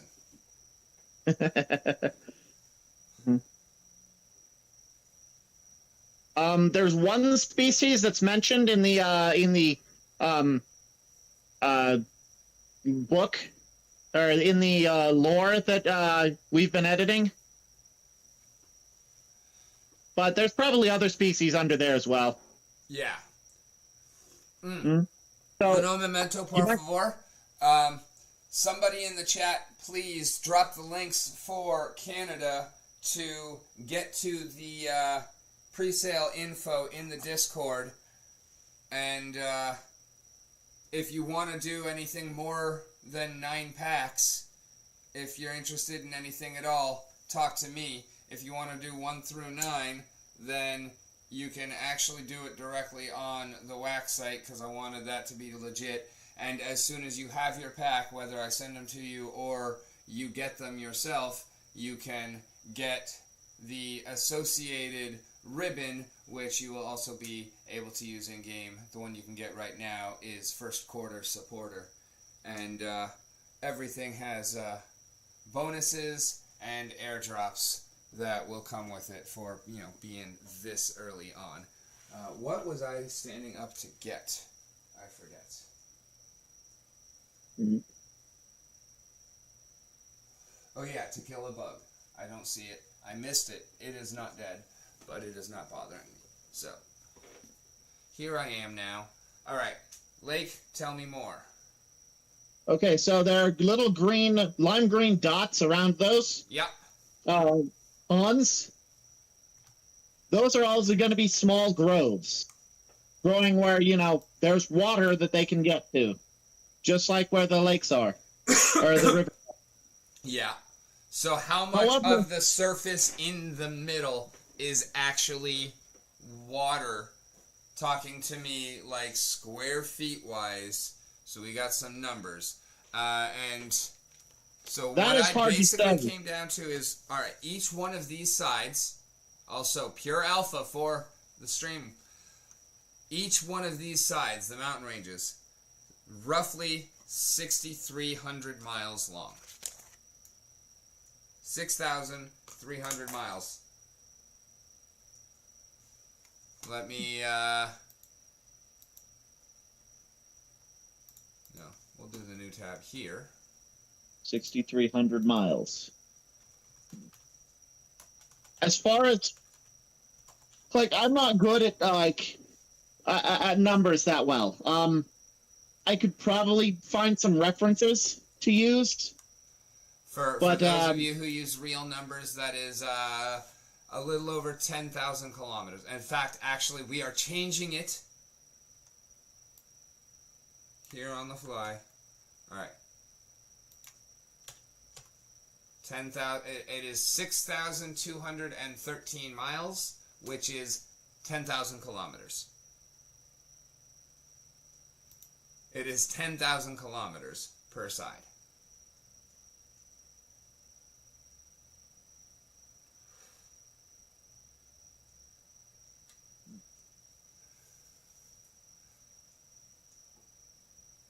So, if it's 10,000 kilometers per side, let me go back to my map. that lake takes about what, a sixth of the distance from edge of side to edge of side. Would you say? Well, lake being the light blue, or lake including the white? Including the white, the whole feature. Go with metric, so much easier. Exactly. Our time system here is metric. We have talked a little bit about this on stream. I don't think anybody currently here was actually in it for that. But our time system is metric. And so when I'm saying, like, you get it to enter once per day, it's actually every, like, roughly 16 hours and 40 minutes. It's a day in Galil. So, I mean, that's a thing. Like, your week, if you are diligent, your week actually consists of 9 runs. I think that's pretty fucking cool. And we have an in-game reason for it, and I think that helps with the immersion as well. And we actually explore the time cycle in the lore and the levels, although it's not going to be exact. 140. It's not like the actual time in-game that is set on is not going to be reflected in the levels. Like, based on what time you play them. But that the scale kind of will be introduced. Like, the reason we are starting with Lakerum and Kamadora is because they have the most extreme changes, both in the scale of time and in the kind of environment. And then we will get into the other sides after that. Because you said 10,000, right? Awesome also. What? You said 10,000, right? 10,000 kilometers, yes, sir. All right, and then I will time that by the 140. So that lake from northern to southern, from northern point to southern point is about 1,860 kilometers. 1,860? Technically comes out to 1,864 as a rough estimate, but we don't need to be exact. Like, yeah, easy math is easy math. We'll actually make it 1850. Why the hell not? Yeah. So 1850. It's roughly circular, so 1850. Do you like the shape of it? That is open to. Also, feel free to move the rivers or whatnot. Like, and that is true of any of the sides. Like, you are the man for that shit. I did my best interpretation of what we've got on the globe. I'm fine with the way it's placed, because it would pool in a relatively circular manner with maybe tiny offshoots heading up towards where the rivers are, as sort of like pseudo deltas. I guess on this world they would actually be deltas. Because of the way that the gravity works and the nature of it being frozen, I'm actually kind of envisioning that it's more like it does have naturally the water underneath and the depth, but I'm actually kind of envisioning a hill of ice built up over it because it keeps pulling in the new water and freezing it, and that is just growing from underneath and being pushed up. Well, let me get into a little more on the features of this. Okay, go for it. After you get into the little blue pools that are the beaches. Yep, gotcha. The white is flat ice. It's effectively this one's version of sea ice. You'll have little like shattered pieces that are poking up, sort of like icebergs in it, but it's mostly flat right there. The yellow ring is tundra grass, basically. Think like Siberian grasslands. Extremely cold, but there's still grass there.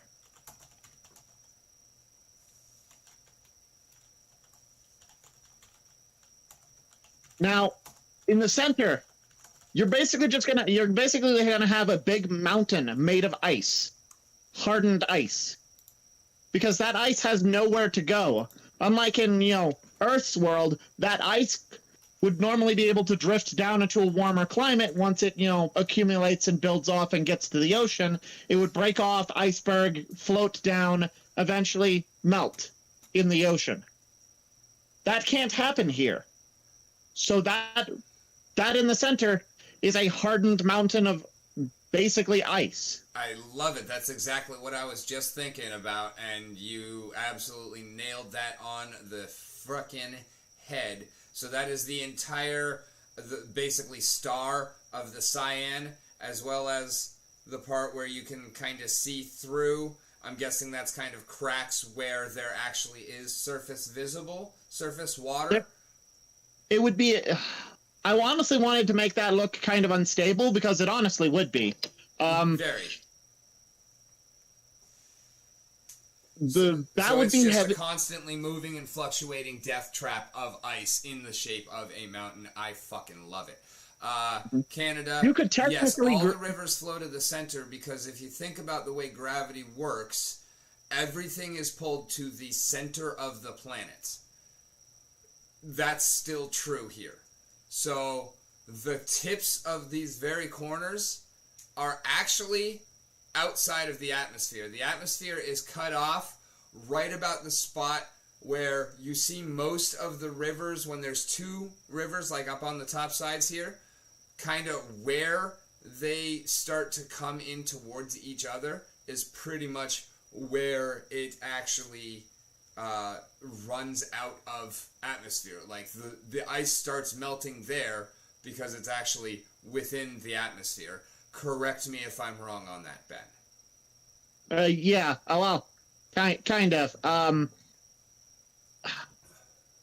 You'd have areas where the ice would sublimate above there, but you'd still have platforms of rock because the pressure differential would mess with how ice's physical state is.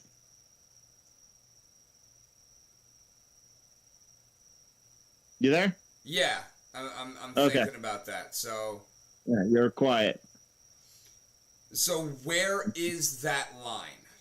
Is what I'm trying to get at. Like, remind me where that line is. I actually don't remember what we decided. I do know that we had to make it as close. We had to make it close to the edge of the edges of the cube,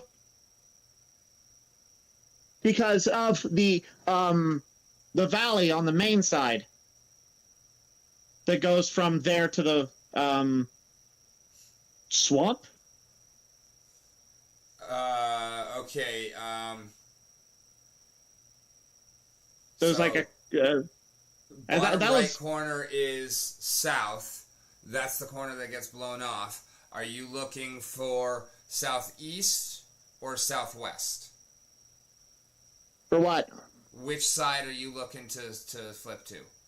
Like you were just asking me about another side.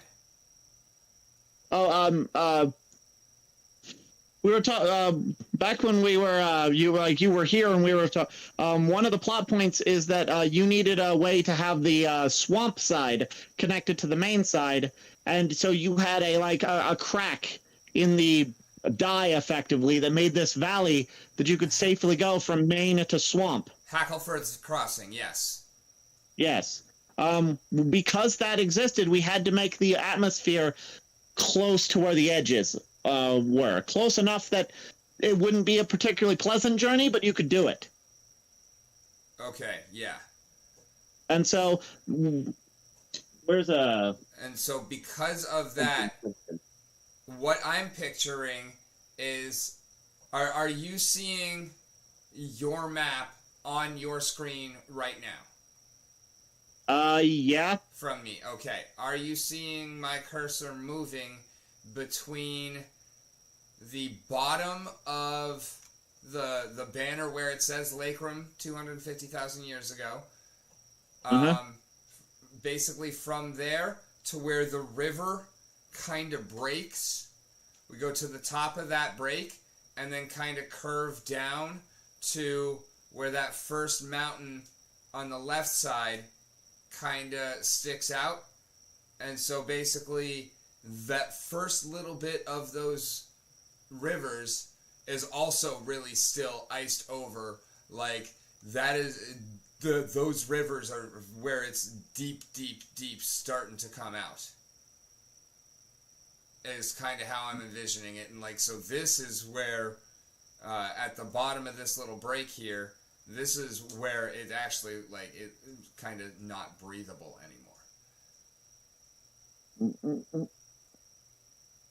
Give me 1 sec. I am trying something. Because that crack at Hackleford's Crossing is actually pretty freaking deep. In all honesty, it's an oversight that it is not reflected in any of these maps right now.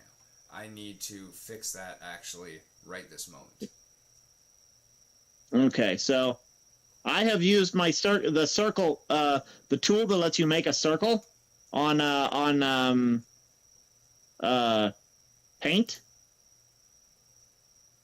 to help me make a reference of what we're looking at. Okay. As far as temperature, as far as breathability goes. All right. Anything that you're doing for like game related, where I would like you to post that is Hidden Mountain Cavern. Okay, you want me to take a pic and send you that? Yeah, anything you're doing, screenshot as you're talking to me about it, and put it in. Where is the?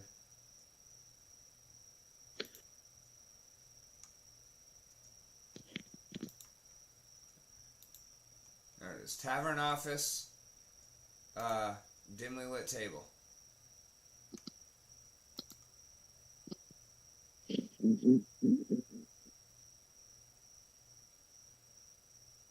Okay, there's Anything that. that we're talking about, go ahead and throw that in there.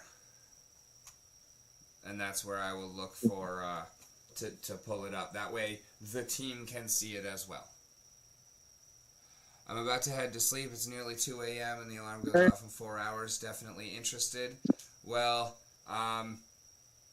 yeah, we would love to have you. And if you are interested in joining the team, if you have skills to offer, like we've put together a fucking amazing team, and we are still definitely looking for some talent. And there are a couple of key roles still available. Okay. And, we are not really playing on stream nearly as much anymore. It's a lot more building. Still play here and there, but a lot more attention is going on Dragon Memories. I'm going to go ahead and pull up this map here. Boom. Okay, I got it. I got my little atmosphere circle posted. Yep, I see it, and that's almost exactly what I was envisioning. A little bit higher, but that works. We can do it. Thing about it, though, is that there's a couple of things that don't show up that you also have to take into consideration. Of course. And that's the mountain range on the left. Yeah. That would shift its atmosphere down some because that's a higher elevation. So it's kind of fudging that line. Yeah. So I'm basically picturing that it's going to cut from the second river in the top side is going to pull it actually up a little bit there. And then, so we'll have like, if you go from your circle up the river, maybe 4 or 5 hexes, it'd pull it up a little bit there and over across to the top of the gap on the first one. And then from there, it basically goes straight down to the base of the big mountain, and then straight down from there, kind of all the way to the other side of the circle you drew. Like, bye, Canada. Have a good night. But yeah, I see what you're saying there. It would come down to the mountain. It would hit this mountain range. The Giants would be actually the Giant City would be fine because it would be on the other side of the Giant City. Yeah, then it would come down, and I think the circle would continue. It would break off from the tip of this mountain, and you'd have it would continue the basic circle. All right. I need to figure out how to I can minimize this because I don't need it. Well, next up, we have to figure out on the ice side are weather patterns. Yes. Unfortunately, with the weird rolling orbit you decided you wanted this cube to have, we're probably going to have to forget the Coriolis effect for our weather currents. I don't think we can model that here. That's fine. What we are basically relying on for the climate of this side and to work is the initial conditions and the fact that I don't have exact numbers for you yet, but we are going to have the desert side trying to get at sun at least 80 to 90% of the time. And I want to have the ice side getting sun at most 20 to 30% of the time. I don't know if I can help you with that as far as orbital mechanics go. I'm not asking you to do the rolling because I actually have somebody on this task. I can kind of help you with the weather for something like that. Yes, we're not taking into account you can work with that information. That it's basically all based on the amount of sun time that it gets. You know about the specifics of how it works on the main side, and so because of what I know about Macalla, what I know about Lakerum, and what I know about Camadora, as far as how much sun time they're getting. We're now actually working on figuring out how to make that rotation work and what that's actually going to look like for the other three sides.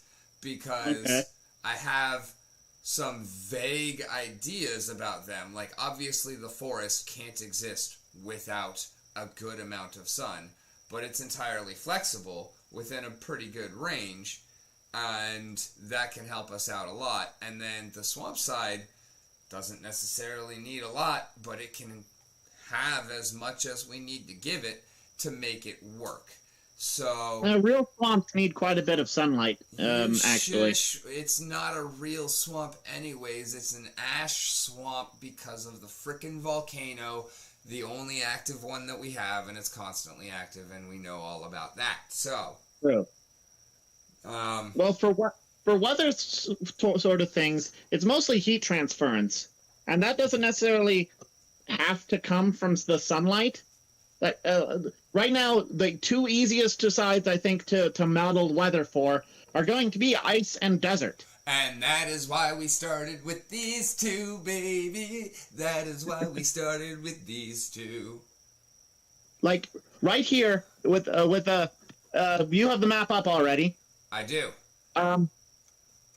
So, weather, in this one's particular case, we're talking wind. Wind will take whatever weather forms, whatever. So, it's going from area of warmth to area of cold. Well, on the ice side, it being odd, the ice mountain in the middle is cold, and then the mountains on either side are also very cold. So, you have this ring of warmth, and then winds blow away from that. All right, so I've been trying to find my motherfucking image editor tool and failing, so not looking while you were talking, and I missed it, and I'm sorry. Repeat. Hate to say it. Also, I've been missing chat because I've been trying to find that shit. But now I think it's loading. Mm-hmm. Go ahead. So, on the ice side, the warm part would be where the plants grow. The ice mountain is very cold and would make the area around it also very cold. Fair enough. So, Talk to On the me other about side, temperatures. what's up? Talk to me about temperatures. I couldn't give you specifics on how cold. Okay, fair But enough. this is weird because you have a center of cold with a ring of warm and a center of and an outside rim of cold. So you'd have this weird situation where weather would blow from the grasslands inward sometimes, and from the grasslands outward sometimes. And that would be your two wind currents. Alright, give me just a moment. Let's go. Let's go. And actually, thinking about it,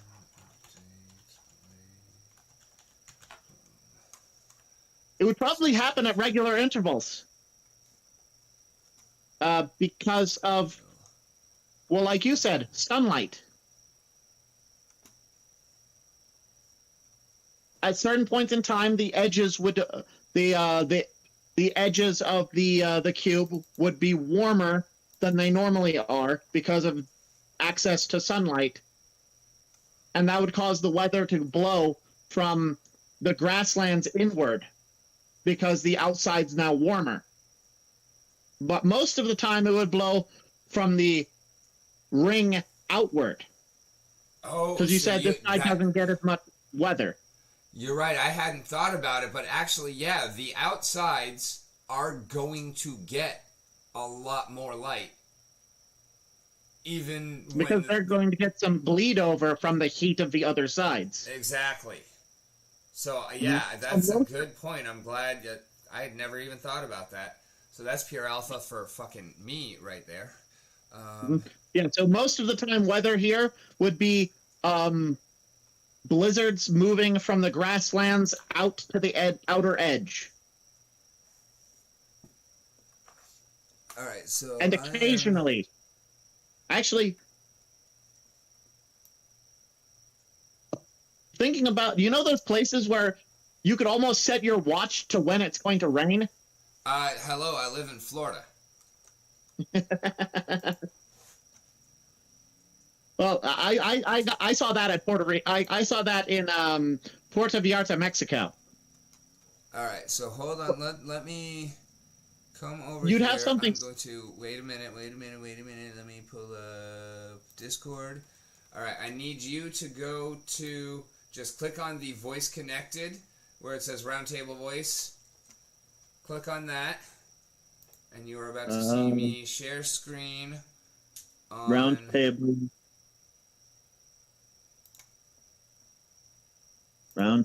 Roundtable. And then you should see me sharing screen.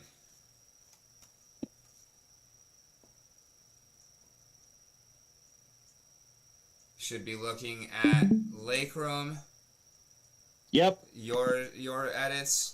And I'm drawing a line right now. Okay. That's kind of what I'm envisioning is happening there.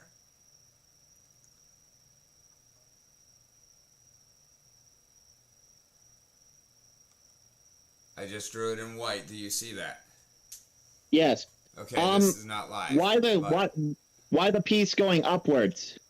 Honestly, because when this side blows off, I feel like it's just kind of going to cause that effect over here as well. I put that line to kind of show which side's going to blow off. Yeah, no, that is the side that blows off, and that's exactly where that line is. Yeah, right there. And it is obviously not a perfect crinkly or a perfect straight line, but since it is water overflow, it kind of is. Yeah. Well, that side will kind of slightly crumble into the ocean, anyways. So. Yeah. But the question is, I thought we had actually kind of made it more like that, though. Like the ground itself, it took more away deeper because I thought what we were talking about was right about there, and I'm going to undo that so that it's not on the screen ever. And planetary mechanics wise, for something like this. Also, because that is there,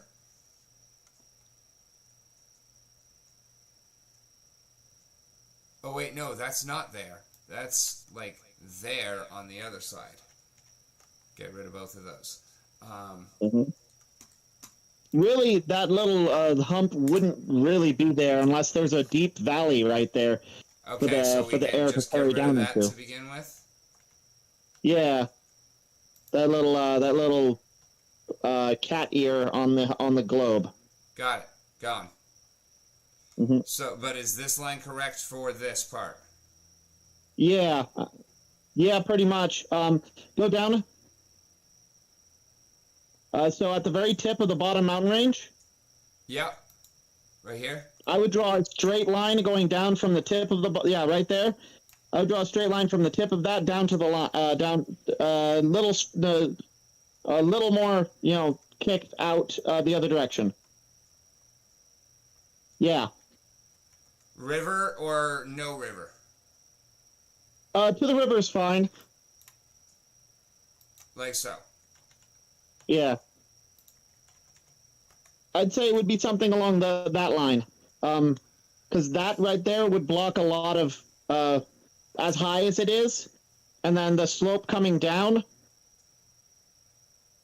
And then I feel like because of the break, when that happens, we are actually looking at these guys kind of just bleeding along, so where we have really thin but breathable atmosphere covering even the surface of the blast. Is that doable? Or the water will help with pulling. The water will help with that. Being warm, being the way it is, it's going to pull air from other places towards it because it's going to be relatively warmer than the surroundings.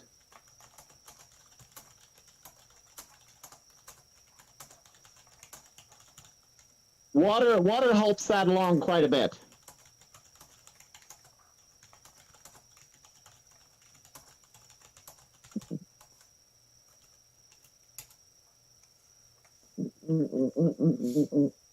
So, what'd you say the day-night cycle was on this? On which? On Galil, you said it's like 16 hours? From sunrise to sunrise is 16 hours? One day is roughly 16 hours and 40 minutes. Okay. If I remember correctly, it is exactly 16 point...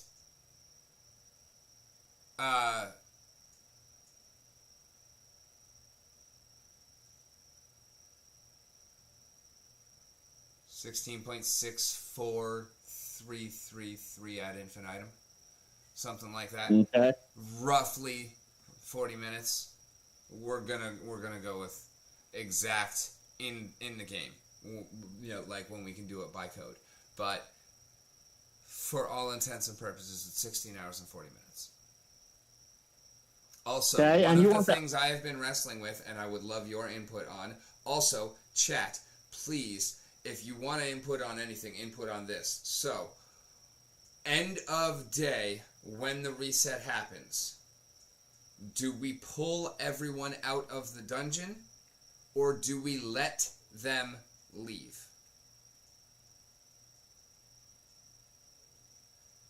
I kind of want to go with pull everyone out. Like, the run ends that day. No matter what, you are where you are, and when you are pulled out, if you are alive, you get your NFTs. If not, you don't. So if you push too far and you die, you get your coins, but you lose your gear. Basically, you, in purely non-NFT or non-blockchain based terms, you would get to keep your gold, but you lose all your drops. You get to keep your XP, but you lose all your drops. You get to keep what you came in with, but if you die, all you get is your coins and your experience. If you're alive, then you get it. If you leave early, because you can do that at every 10th floor, if you leave early, you can claim your stuff early and have more time to prepare for the next one. Play it how you want it. That's just how it goes.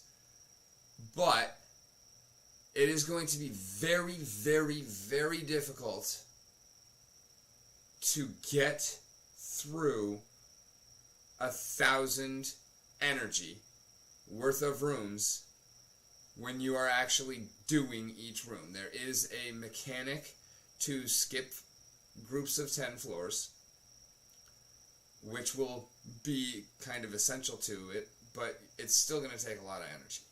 And it's going to take a lot of skilled gameplay, especially at the later levels, when you are talking about thousands of percentage points of additional stats on all of the monsters that you are facing, and you are also facing a lot more things as the world becomes a lot more populated.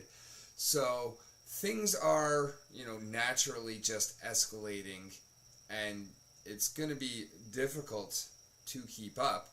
And then the actual energy management game itself is also going to be a real kind of thing, because, it's 1 energy every 3 minutes, adjustable. It is 1 energy per move. We're not going to call it a room anymore. I still have not figured out the word for it. Somebody help me with that.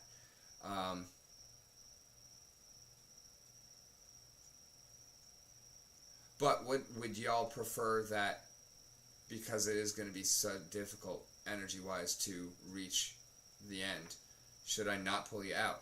You'll get 1 more entry on the next day, but you don't get pulled out immediately. You can continue to use your energy as it accrues to persist on the run before.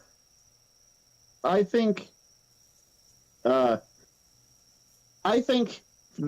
key here is entry. Let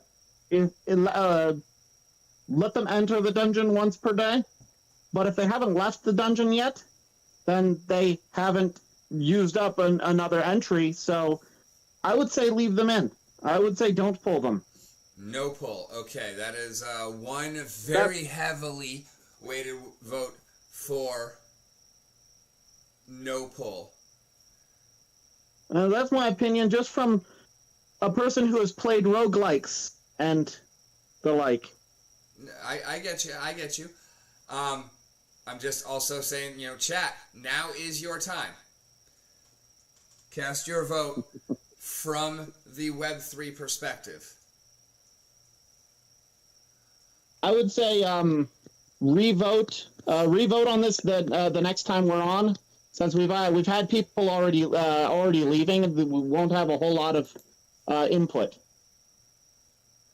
I know, but we're also still super early on. We're building everything, and before we actually publish a white paper, we will have council vote on everything. This is building phase. Nothing here is permanent. That's why everything I say is alpha. Everything you say is alpha, because none of it is 100% guaranteed in gameplay. But Ben, are you satisfied with what I'm sharing with you? Do you have any additions before I save it and share it with them?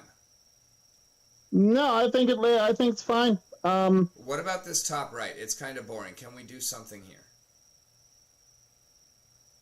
It'll get more interesting once Cadwallader arrives on the picture.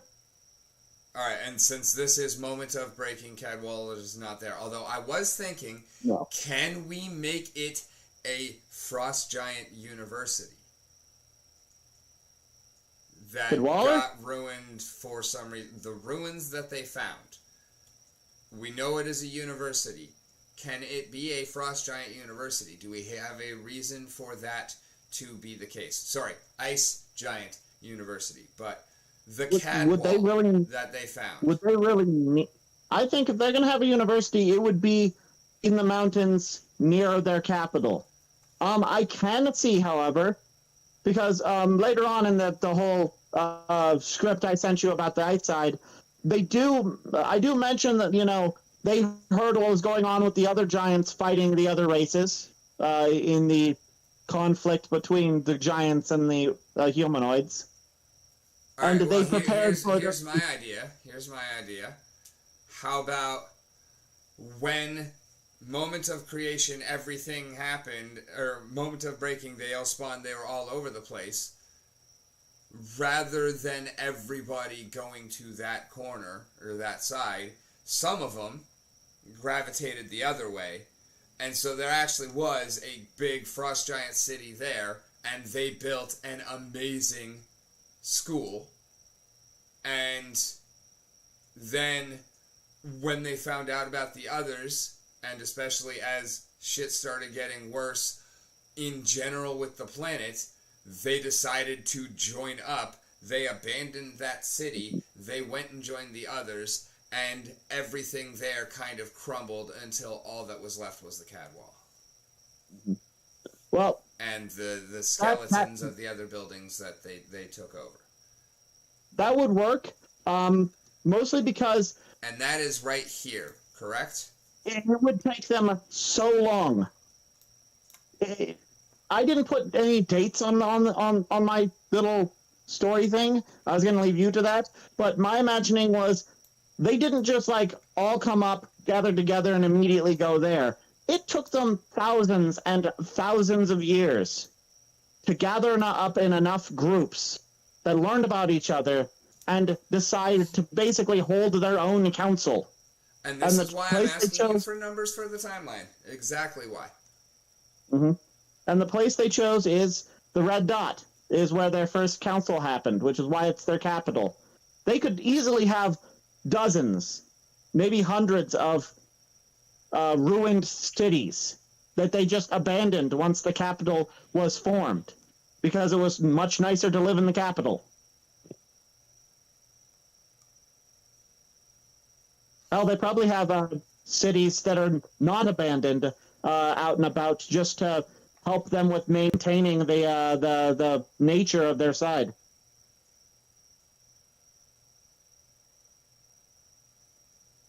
You still there? Yeah, I'm just thinking, honestly, I have a question that is totally unrelated to anything you were talking about. I was trying to pay attention, but I'm just looking at this, and it's kind of bothering me, because while, yes, we would have that circular influence on the atmosphere, because we do have the kind of, also the mountains, would they not all kind of push the atmosphere down like that and kind of out like that on all of the corners just in general? Not really, because it's effectively kind of a bubble. I mean, we're looking at it in 2 dimensions. Yeah. It's more of like a bubble on it. You're right. At the edges, it would be pushed down. At the far edge corners. But that wouldn't actually make a corresponding bulge. difference and push it up in the corners? Not particularly.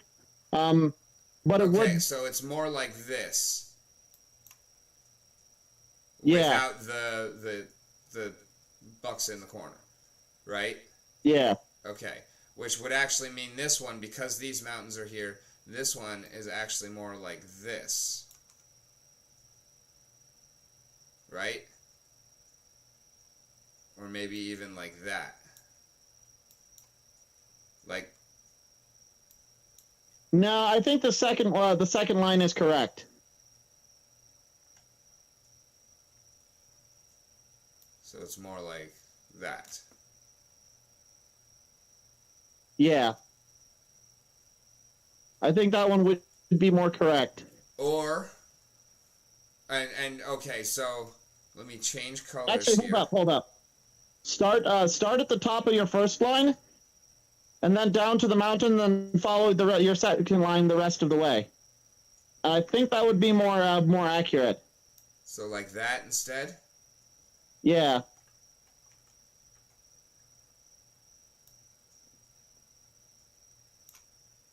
Like that? Yeah, I think that would be more accurate. Because the big mountain ultimately isn't actually going to disrupt the airflow all that much. Because it's a single solid mass, air mostly will flow around it. Unless you're literally climbing the mountain. All right, and so which one is a taller peak? The mesa or the the ice mountain? What's your perspective? From Uh, ground by all level. by all technical account, by technically, the one on the left would be a technically taller mountain. All right, and okay, and give me a moment here. I need to change my color. Here it is. Boom, boom. Okay. All right. So the mesa But is here. Oh wait, what the fuck are you doing? Boom. No. it would still be a mountain, but it wouldn't be a mountain like Everest. It would be a mountain more like Hawaii. I have not been to Hawaii or If actually you took Everest, but all of that's the still water pretty off of big. the planet and looked at Hawaii, Hawaii is a bigger mountain than Everest is. It's just its base is so much larger and its slopes are so gentle you don't notice. Yeah. Also, the And fact that it's starting at the bottom of the sea, whereas and Everest is that's starting similar. from the land. Yeah, and that's similar to how these two would be. The one on the left, the Rocky Mountain, it would be Why are it you would be a larger mountain, fucking but it would stupid? not feel like a larger mountain because the slopes would be much shallower because it's kind of squat in comparison. Whereas the ice mountain in the center would feel much, much, much taller. What the fuck is going on here? It would also look a lot taller if you were just staring at it, because perspective is like that.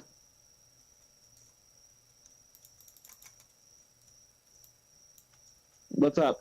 I'm trying to paint and it is just giving me this blue. Just tried a different color, anything other than black, to draw on. No, no freaking bucket fill. I just want the paintbrush. Okay, there we go. Now that's back. So, Let's. average of 5 hours of sunlight. Per 10-hour day? No. We're shooting for No, average of per per 16 hour day. no, 10-hour day. You said the I day said was 16 hours though. hours and 40 minutes of our time. It's a 10-minute day, or it's a 10-hour Yeah, day. I'm using our time. So for Okay. their time, I'm not sure how much that would actually be, but like, so We like don't have their official numbers yet, but we are looking for roughly 20% of the week. my problem. 20%. Wait, hold on. 20% of the week is in Yes. sunlight. Yes. Let me get to those calculations for you right now, sir. Because I know it's difficult, but I do have the spreadsheet for it. Pay attention to your screen, if you would please. Okay. Real. Which screen? Um. The Actually, big you know one or what? the You're one right. that you're doing the edits on? The YouTube one. Okay, watching. All right. That is the wrong spreadsheet. Let me go to here and Leo planetary motions and time.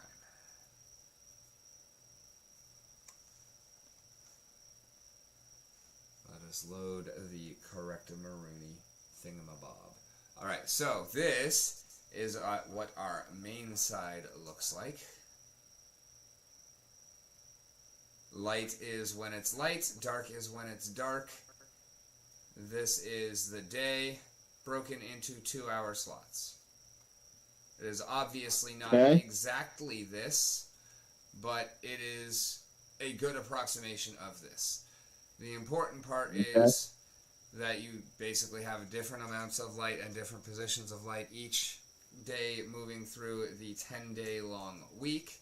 Each of those days is 1,000 minutes in Galil because it is 10 hours of 100 minutes each. Each of those minutes is equal to our minute. And it is broken into 100 seconds instead of ours being broken down into 60 seconds. Therefore, Okay. one of our seconds is 6 of their seconds, or something like that. Whatever that, I am Okay. not. But anyway, So one the day minutes is where there it is equalizes. one day there is 1,000 minutes, which is equal to 16.66 hours of our time. So 16 hours and 40 minutes exactly, because it's 2/3. So, why did I not do that math earlier? So it's 2/3, 16 and 40 minutes. Okay. Or 1,440 minutes.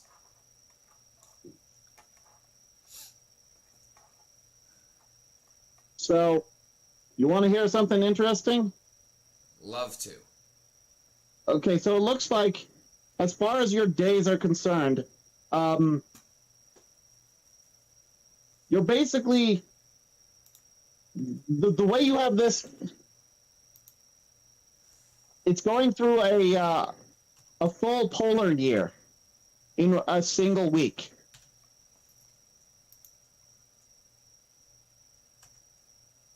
Because you have the period of time when the sun never sets, and then you have the day where the sun never rises. Yeah, that's on the main side. We have a 26-hour period of darkness and a 26-hour period of light. That is a day with 8 hours on either side,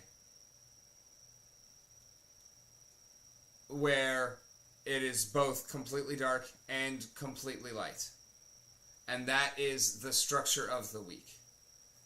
And because of the way that works, that darkness side is going to be where the ice side is getting light.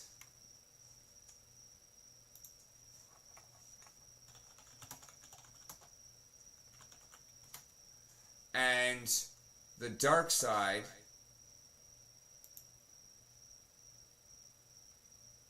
is when the desert is going to be getting additional light from Maine. Or light to Maine.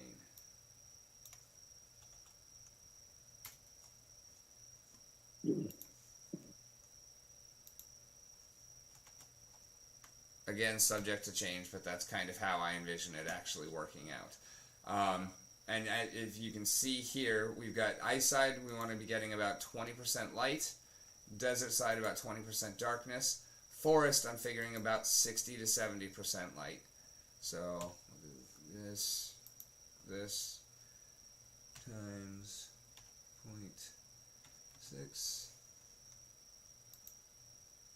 0.6. So where column H and I are on your little light scale thing, that would be where I think most of your storms, when most of your storms on the main side would happen. Okay, wait, say again? Columns H and I on your light display. Gotcha, thing. Right here. That would be where most of your storms on the main side would happen. I don't know where they'd happen because I haven't taken a look at where they'd be, but right there, as the temperature increases, the dynamic forces in the atmosphere would start to churn, and that's when those storms would form, start forming in those two, and then they probably actually start hitting in the next 3, depending. So that's when they start to build on G, you said? Storm clouds would form in G and I, and then they'd actually drop in probably J to B.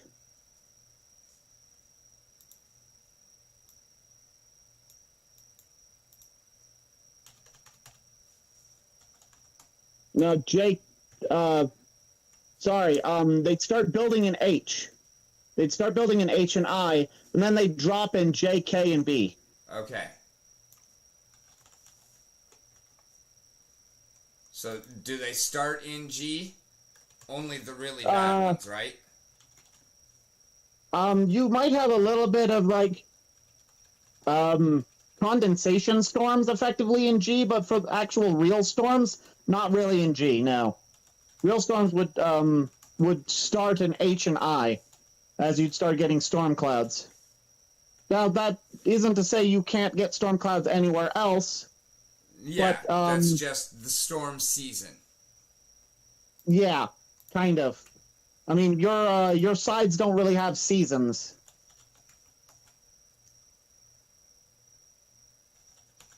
I mean, for the side of the week, like. Yeah. Yeah. That's like when you can set your watch to the storms, if you had a watch. But like it can be used for timing. It is exactly a part of the week. Is it's gonna start raining at. Okay, so what time does it start raining in column J? I'm thinking probably about 6 hours in. Honestly, weather's so difficult to attribute that way, and especially for an entire planetary side, I would just say you could just set your calendar to what day it is instead of your watch. So it's like, just anywhere along, J or K is when it's just going to absolutely start fucking dumping on you? J, it might dump. That'll be slightly weaker, but if it builds to K and B is when you'll have the bad ones. Or the heavy storms, I guess. The truly bad ones would drop at like D. Those are ones that are like hurricane season. Everybody get out. Oh, I was honestly picturing like I and J as hurricane season. Oh no, I and J would be like just I would be fairly gentle rains. Yeah. I and J would be just basic rains. K and B would be fairly heavy storms, but not too bad. If the heat of a storm builds up until D, that storm's going to be damn terrifying. All right, so basically you're going to have one storm every week. And if it happens in G or H, it's probably going to be not too bad. If it happens in I, J, K, nothing terrible. If it doesn't happen until D, it's going to be hard fucking core. Mm-hmm. I like it. I like that, actually. I like that a lot. I fucking love that shit. Let's go with it. Most likely, it wouldn't wait until D. No, the but if dynamic it does, forces we're talking about. It's like the movie 2012 Storm. Mm-hmm. Or no, that would be F. Like, if the storm doesn't hit until blackout mode, oh my god. Yeah. Though, to be fair, if the storm waits until F, it'll hit damn hard, but it won't hit damn hard for very long. Or it will lose its momentum quick. It'll stay out until the other one like blackout storm hits and it stays all the way through the next.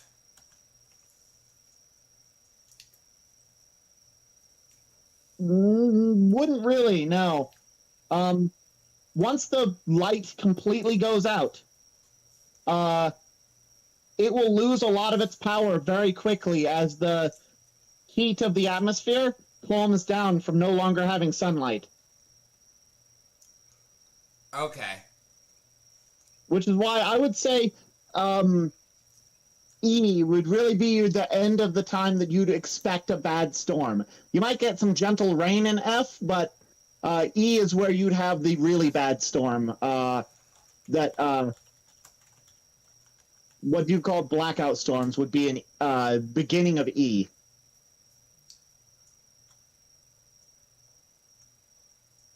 So okay, so are we talking about there has never been a storm in F? Probably rain, but not true storm. If a storm managed to get enough momentum to go through, like, forms in G and H, then just builds power, and manages to hit F and keep going, that is an apocalyptic storm. That is like a 10,000-year storm. That's exactly what I'm talking about. Thank you. Never happens. 10,000-year storm. That is exactly what I was looking for. Yeah. E is blackout storms. F, if a storm actually hits, it's gonna be a roll. Maybe it doesn't matter. Maybe it's a fucking 10,000-year storm. Maybe. Here's the thing about that one, though. You would only be able to know it was a 10,000-year storm in hindsight, because that type of storm would hit in D and would just keep going. Also fair. Also fair. So basically, like, you're not going to have a storm that is actually waiting to F to strike.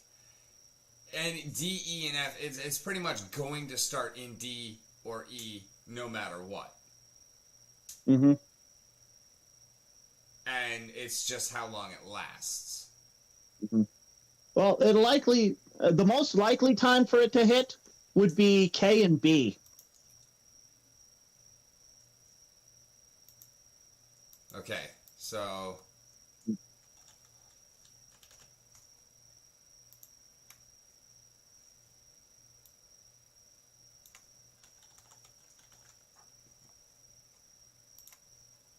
I don't need these to be plural. It is one storm.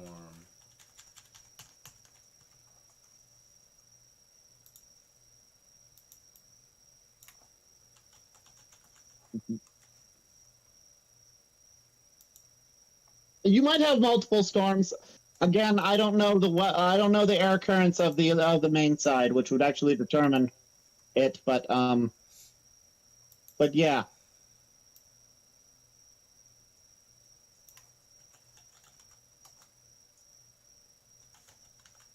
And some of that is actually dependent on air currents. Because storms really only happen for moisture, so we'd have to see the air currents in motion on the main side, where they're going. I mean, the main side's very temperate.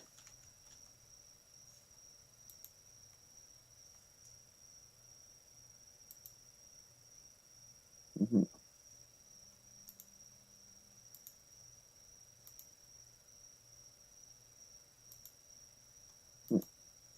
All right.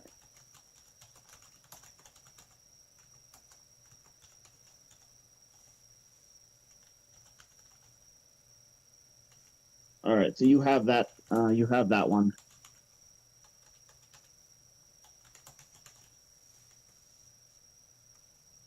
Hey, Rick. Yeah. It's almost 1 o'clock. I'm gonna head to bed. All right. So give 1 sec before you do. Sure. I've gone here. So we got B, late storms, or we'll start from the beginning. G, storms start forming. H, storm builds. I, storm building. J, storm building. K, storms start. B, late storms start. C, usually bad storms start. D, unusually bad storms start. E is when your blackout storms are going, and F is basically 10,000 year storms. Yeah. This doesn't. This is only storms. I don't count like just basic ass rain in this. Fair enough. Because basic rain, it can happen pretty much, any time you've got this. Let me pull up the column real quick. Where are these storms most likely? This is present day map, and I'm going to switch to a different color for the brush real quick. Obviously, we do have those two forested areas, which I figure they're probably getting rain. Why, I think we have talked about, but I don't actually remember. I'm going to grab white real quick. I'm going to do... So just like the ice side, air currents go from warm to cold. Water tends to be a feature that keeps air warmer. So storms would start brewing in the lake and would move outward from there. All right, and I'm roughly picturing this for our atmosphere. This is Eccleford's Crossing right here.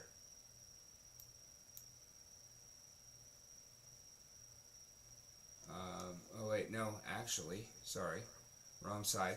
Heckleford's Crossing is present, but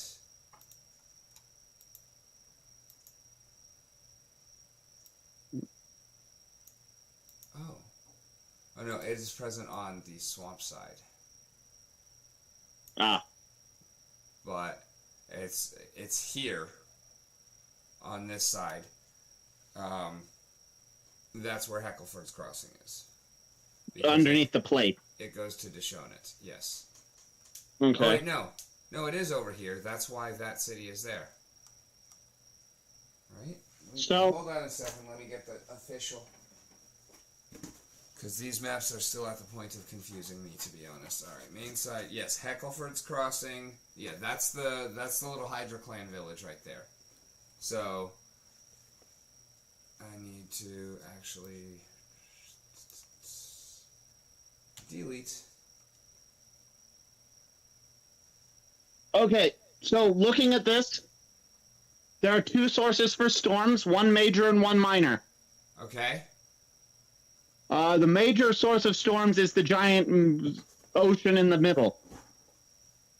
Based off of where you put your forests, your big forests, that implies that air currents go east-west, east or west from there most of the time. Since you don't have any big forest areas north or south. Although I don't know if you finished that part of things. Alright, so we obviously have rainfall here and here. That was way too big. Here and here. Alright. I do have a little something here. You know about Battle Rock. And that's where our orcs are. This is Westmarch. This is Aliara. Okay. By the way, if anybody in the chat wants to take a stab at spelling that one, this is the Bay of Mists. We have talked about that before. That's getting erased off the screen. So, storms would start in your middle ocean, and would effectively randomly either choose to go west or east into the forests. Minor storms could start in the lake you have down south of your ocean. They wouldn't be particularly big. No, that's not doing really anything to contribute to the the things that are going on. That's kind of its own little thing, and Mm-hmm. it's kind of separated by that little mountain range right there. And Well, I figure, it's what would be called a microclimate. yeah, It doesn't really affect the large thing north of it, but you would have the minor tiny storms forming from that water. It's a thing that happens in Costa Rica sometimes.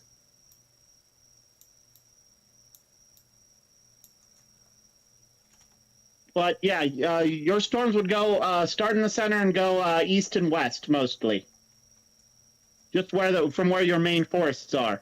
Now you'd have rain going all which directions, but I imagine your primary air current, for like, what is it? The sort of the El Nino current, would like your really big primary air current would go either east and west. kind of like you're seeing here with the gray. Let me change that to brown. Get rid of these gray. Actually, so we're kind of gonna start forming like up in this area, and it'll build as it comes down, and it might go east, might go west. Either way. So the way I'm looking at it, because air currents do a whole circle thing, it would start up above. You have two air currents basically here in this. Yeah. Based off of where your forests go. On the right side, the air current would go from lake down through forest, curve back up near the mountain ridge, then curve back around and then reconnect to the lake. Yeah. It would dump most of its water on the forest, and by the time it got around, very little moisture would hit the north. But because this is, a very temperate side, you'd still get greenery up here. The other one. Yeah, I'm undoing a bunch but I get what you're saying, and I'm trying to replace my shoddy clicksmanship. Oh, the other one's actually a bit of a problem. What? Air currents don't normally do that sort of curve where they're going in opposite directions. They tend to go in the same direction. Okay. So if it goes west, then it actually curves around this way. And either way, they meet up here.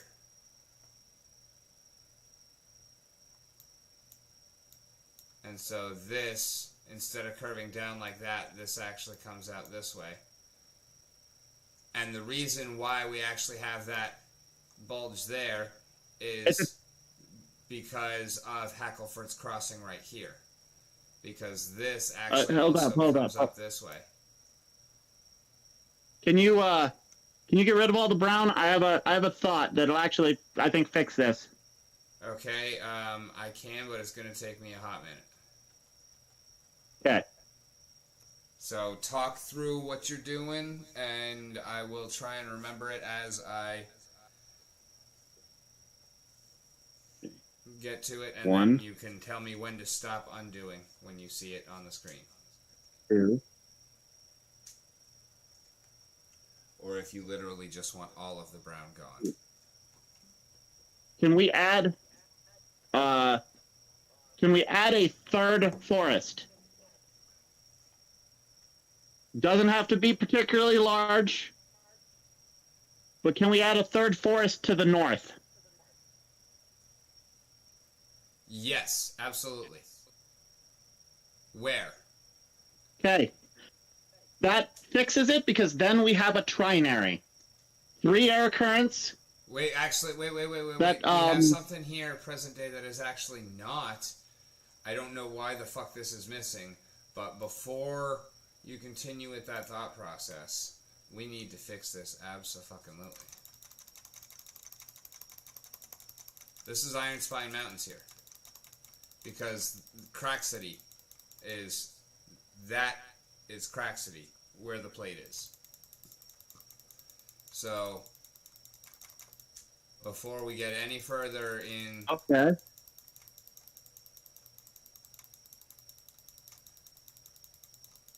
Okay, that makes sense.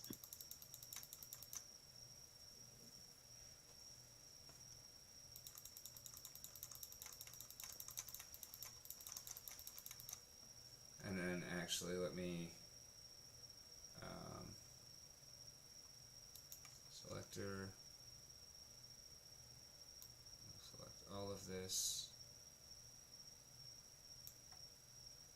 try and deselect you and you, and then we'll delete, and then we'll go boom, hills, for a general effect of building up. And like the Orc City here, I kind of also picture that as more or less Cortez-esque. Like, I have a lot of things that I put in areas that I figure are more or less going to end up rather similar. Is this too far down, or is this, like, where should I stop? No, that's fine. Mountains can form anywhere. I would like, however, one small forest, if you don't mind. Yep, absolutely. I'm getting on that right now. Let me go to the brush. If I could, if we could, so starting at the western forest. Western? Yep, okay. The one on the right. The forest on the right. Yep. Go up. Here? No, not there. Due to the way the wind currents would have to hit. So go up. Do not color that like big continent island. That one's Not fine. that one? But along the mountain ridge and the hills on that side of the river. Okay, here? Yes, right there would be forested.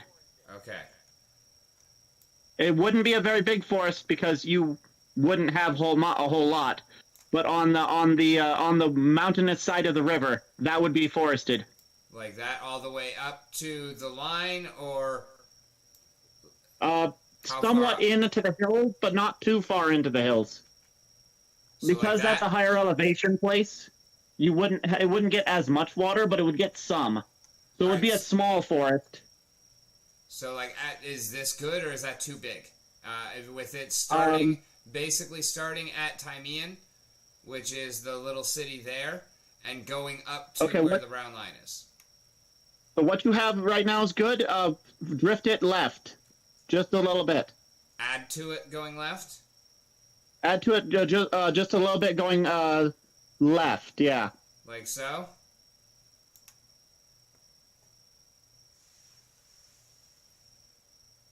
Hold up, I'm watching the stream.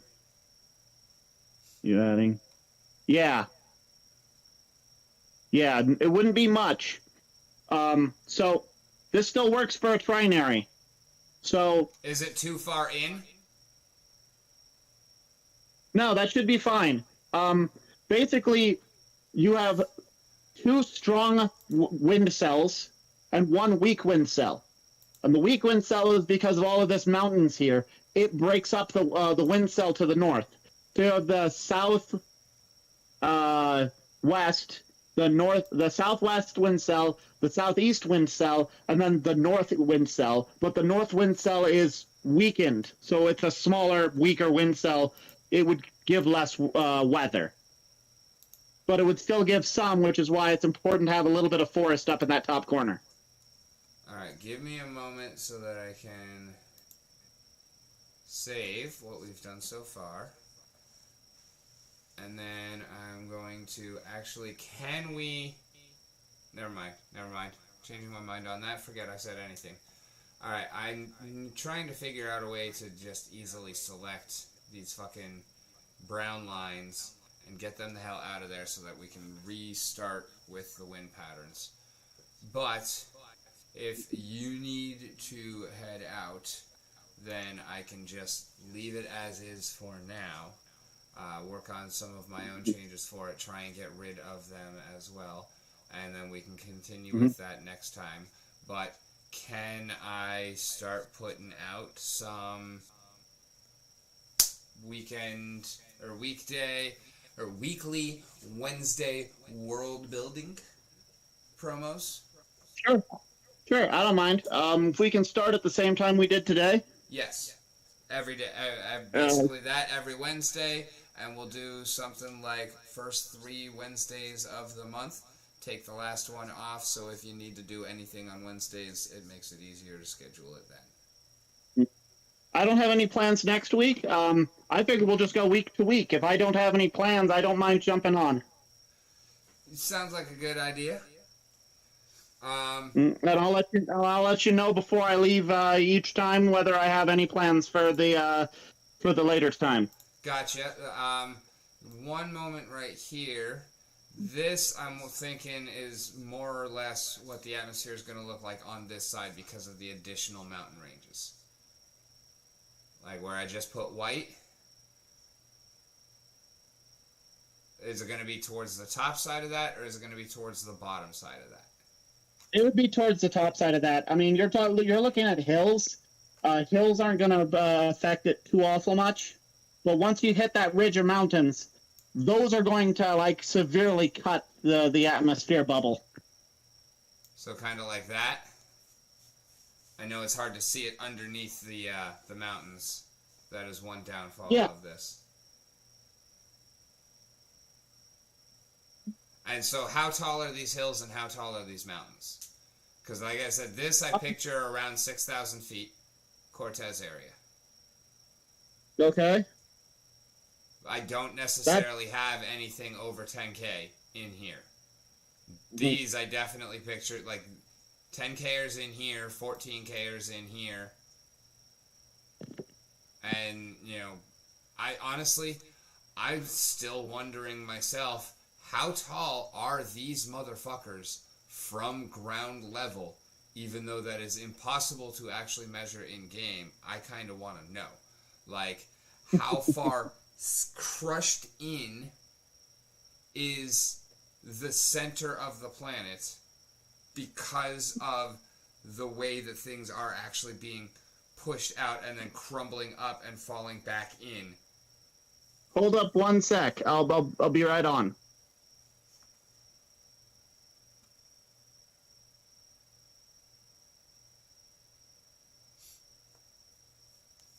Could you hear me? Well, yeah. You said hold up a sec. I was holding up a sec. Okay.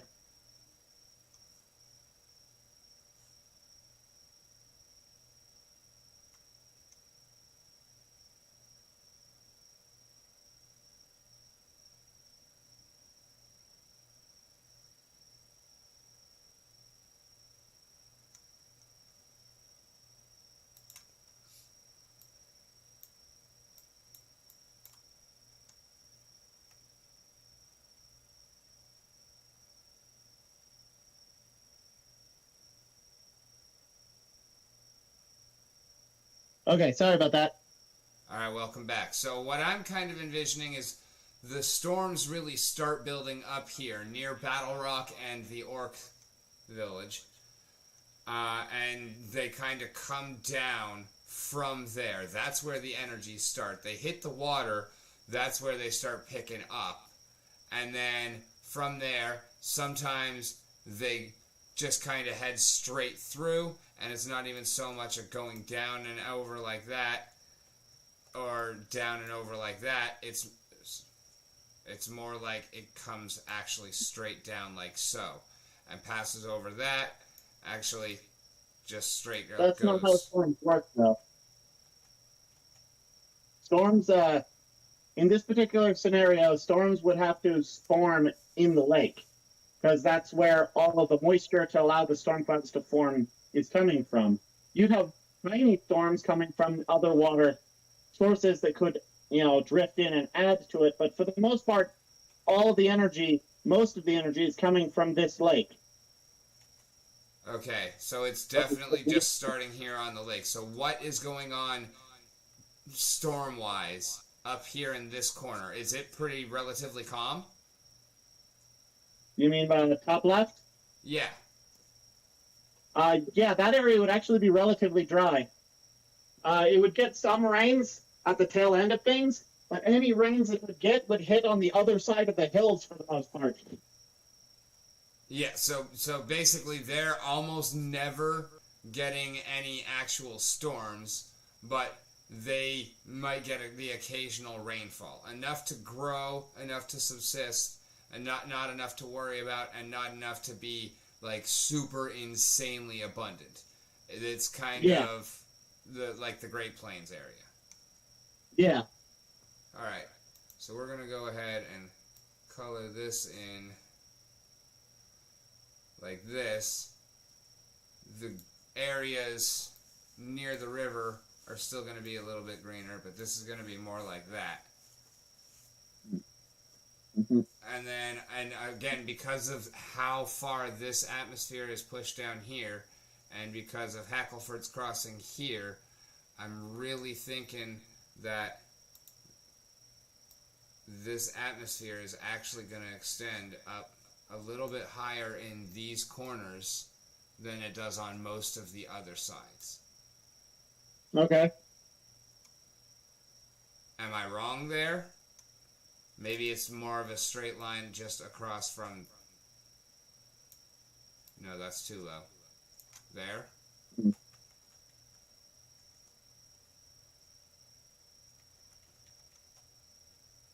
I mean, it'll sink to low spots, so I don't see a reason why it couldn't creep up, as long as those valleys that it's creeping up into are relatively low compared to the surroundings, which it kind of is. Yeah, like I agree it's not going to be up in the mountains. I drew one way too high up there. But I am picturing kind of like that. Like it's going to come up and skirt the mountains a little bit there. And then honestly, I feel like that's a little bit too high. Let's go kind of more or less like that. Okay. And I feel like here it's going to be kind of more like that and like that. And so all of this that's white is kind of atmospherically more or less okay. Mm-hmm. And you'll have that one little pocket up there.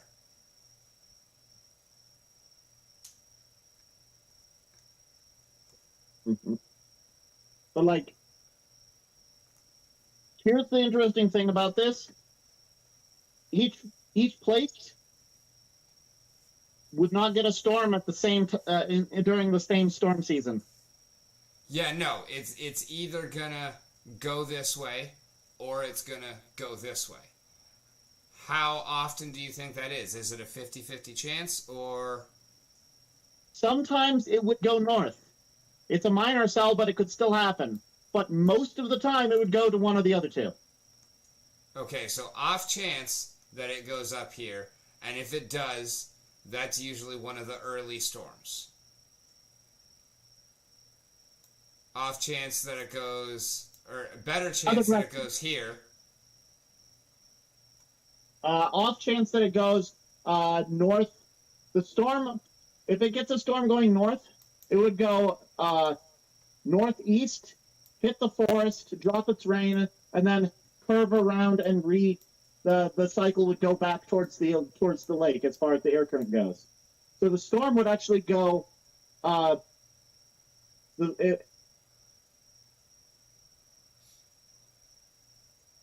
one that has 10 needs to flip over to the other side, pointing towards the other corner. Oh, the other corner I was thinking is where everything comes back in. I think there's a little bit of delay, but I just drew that arrow back into the lake. Like, I feel like if it goes up here, it gets kind of just withers out.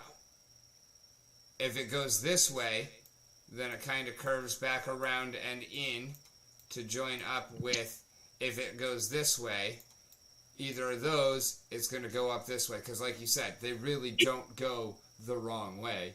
So if it does go that way, it's really not much of anything.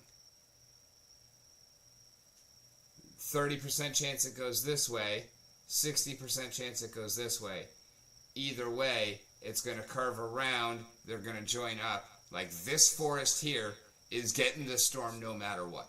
30% chance that it goes this way. And when it goes this way, obviously it's a lot weaker over here.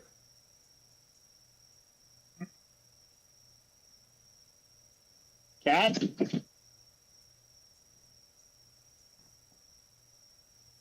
My cat. Okay,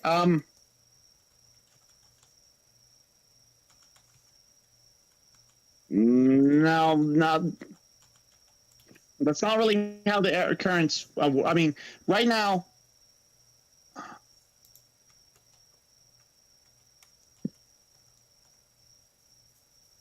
Okay, I'm undoing a bunch of shit. Go ahead, keep talking. You kind of have two air currents set up. Air currents basically have to always feed into each other, and so you have they basically make big circles or ovals. That's what I was trying to do. Oh, you're undoing. Okay, I see what you're doing. But with the way the two forests are and how they hit each other, you need two air currents to hit these two. Okay, because well, the front end of the air current that leads to water. This is the thing. We can move one or the other, but I need another forest somewhere else if we do. I need two forests, but we can change where they are. Well, with the way they're set up, it's fine. We just have to have different circles.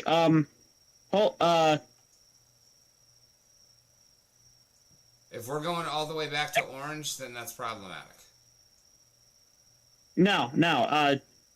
If you can just, you can go back to right there. Should be fine.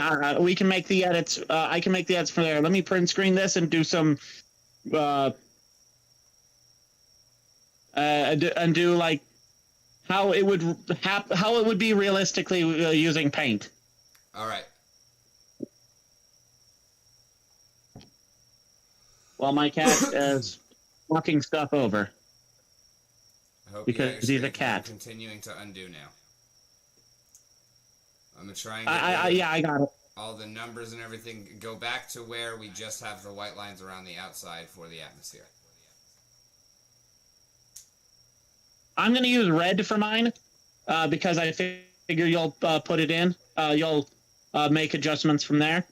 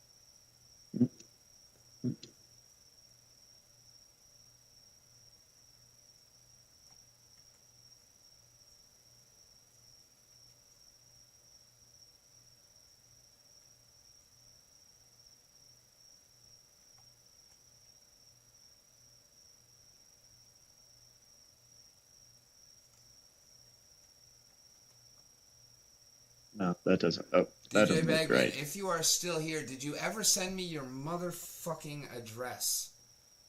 I need your wax address so I can send you the shit that you purchased and rightfully deserve, sir. I feel bad about still having it because you are missing out on shit by not having it. Alright, successfully got rid of all of that extra shit. Now, back to white. Alright, now I feel like this is actually going to be kind of difficult but breathable all the way up here as well because we kind of need it to be for West March. or Westfall or whatever that city is actually fucking called to be there. Where's that city at? Right up here on the left side on the water city going to Eliftem. Also, I figure that because the water side is there, we're going to have a little bit of warmth bleeds over from there because the water holds the temperature better. So that's kind of what I was figuring is allowing to or allowing West Larch, whatever it's called, to exist this high up on the side.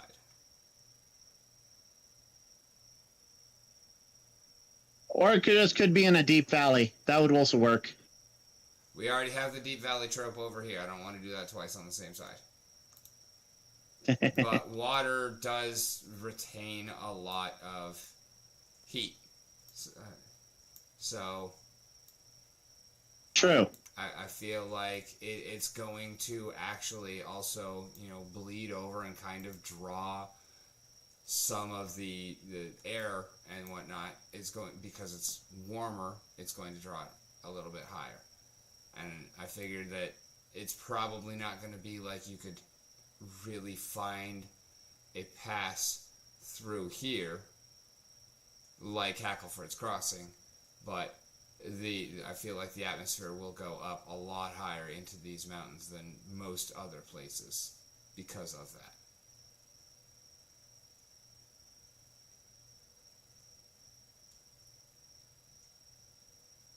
Okay, I'm sending you.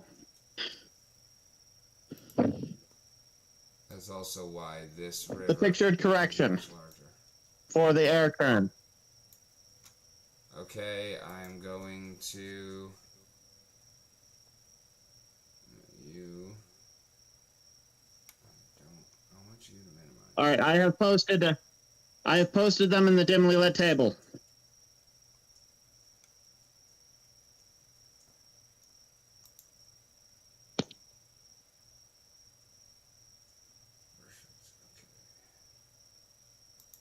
So where is West March again?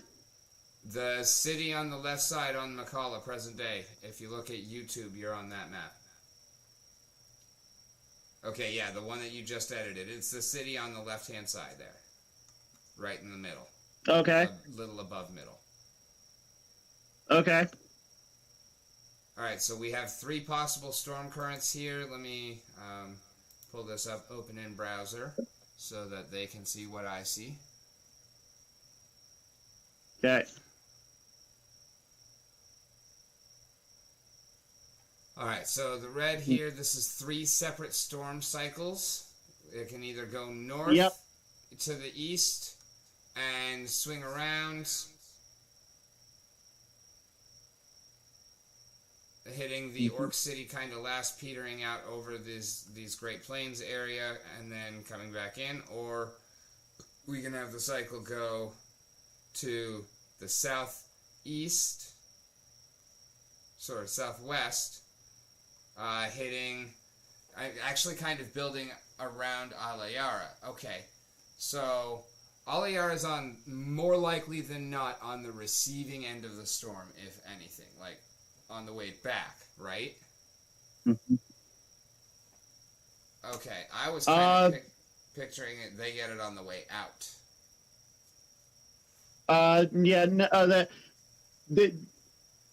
There's a chance that a storm that brews here will go into any one of these 4, or any one of these 3, depending on which one's stronger at that particular time. Yeah, I get that, but I'm saying like Alayara, right? The city right here in the middle of the bottom left circle is kind of going around that city there and over the Bay of Mists on the upside. So is it basically going around Alayara? That is a spot that basically only catches the edges of the storm. If anything, it rages all the way around, because I kind of love that idea. It would get these storms will shift in their shape. Of course. Are these circles? will shift in their shape over time. Ours do it all the time, but there'll always be circles in those general directions. So they'll widen and stretch sometimes. So Aliara will get storms. Yeah, but It's just the usually way it's I've just drawn like it the here. storm rages around. Like, it tends to circle around. If they get one that goes over, that's, something. It does happen, but most of the time it Here's just the kind of thing. goes around. They're closer to the tail end of that current, so they're more likely going to get the very end of it if they're going to get anything. Yeah. Which So makes it, good for the forest there, good for them as a city as well. Also, good for the Bay of Mists, because it occasionally just gets a little bit more shit dumped into it, and that helps it to continue doing what it does. Only this, I feel like, because there is our mountain range there, then again, that's not... These are higher up air currents. It kind currents. of breaks up this area right here. So there's a lot less energy feeding back into the lake from this. I think this is actually our primary cell.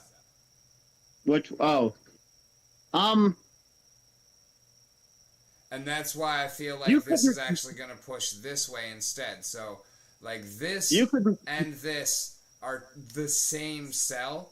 It just goes one way or the other.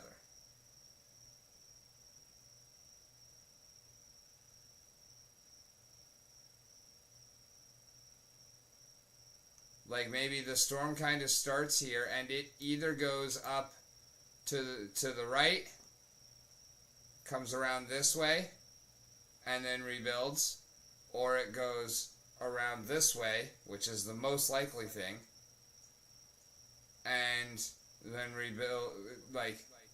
comes around, tails back up, and rebuilds.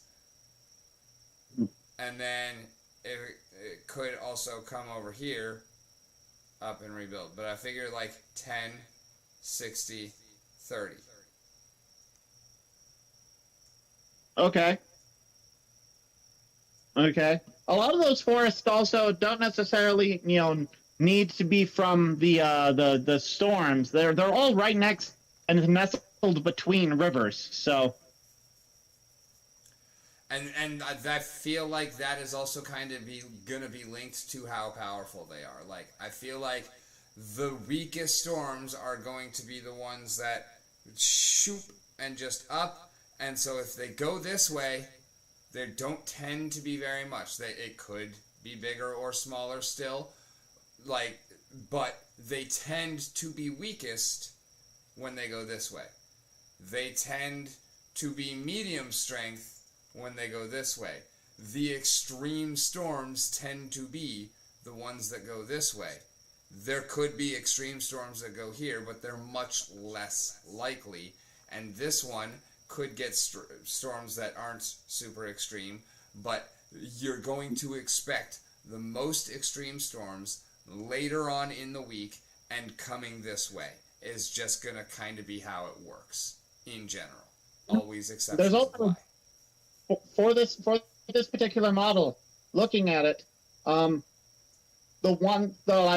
10,000 year storms that we have on it are so rare, because in order for a storm of that magnitude to happen, it would basically have to sit over the lake for an extended period of time before actually being pulled off. Yeah, that's the one when you don't get a storm for a week, the next week is going to be bad. If you don't get one for a few weeks, something terrible is building. Mm-hmm. Right? That's kind of how it wouldn't happen the reason why there's such once in a 10,000 year storm is because once a storm gets big enough over that lake, these three currents would actually tear it apart and pull pieces of it into their own currents and make tinier storms. You'd have to have a very specific set of meteorological air events to make it calm enough for a storm to actually build there to big intensity. Okay, so how can we make that happen, and when does it happen in the future on our timeline? Don't answer that now. Think about that as you're going to sleep, And have a great night, my friend, because you said you were trying to get off over 20 minutes ago, and I want to respect your time. Oh, it's fine. My cat wandered back in and is now knocking stuff over. So I got to deal with him first. Well, I will let you go to do that. Thank you very much for joining us. No problem. For everyone out there in the crowd, thank you so very much for joining us as well. I hope you have enjoyed learning along with me about some of the finer points of how things are working in Galil. We need to, Ben, as much fun as it was to work on the Kala, we need to figure out weather patterns for Kamidora and Lakerum, more importantly, because those are the sides we are working on. And I know you're already on it, and I appreciate you and your hard work. And Lakerum's going to be easy. Desert. I haven't taken a look at the desert side map, so I don't know. Pull that up so you can screenshot it real quick here. Do I save this or no? Yes, fuck it, I'm going to save it. And then I'm going Well, it's in the Discord. It's downloaded into the Discord, so you have access to that one at any time. Yeah, but I mean the actual file in Incarnate that I'm working on. Oh, okay. Because this is still also in flux and will be combined with others. And by the way, do you see what I did with the river here? Or with the water here? I feel like there's going to actually be a bunch of water seeping through. And maybe we could put West March on an island. Like, does that seem reasonable there? Water seeping in from the water side? Yeah. Yeah, through an underground aquifer. Through like aquifers maybe, or like leaking groundwater through the water side. Main thing is we're going to have to. That links the two sides a little more, and we're gonna have to find a way to get rid of that water in the system or send it back to where it came from. But okay, that's if a lot of that's going to be. I already got rid of it. You need. What time period do you want desert side for? I have all three for that one. Doesn't matter. Although the most recent is breaking is as. All right, so this the is most another one recent that is is more. like day of breaking, like first week before the sun, the just endless baking sun kills everything off and it turns into desert. So we're looking at, it is functionally desert kind of within the first. I think the Rise of Man one will be. I think the Rise of Man one will be better, mainly because that's when the climates have stabilized. Okay. And so those will be the more important ones to have weather forms for. All right.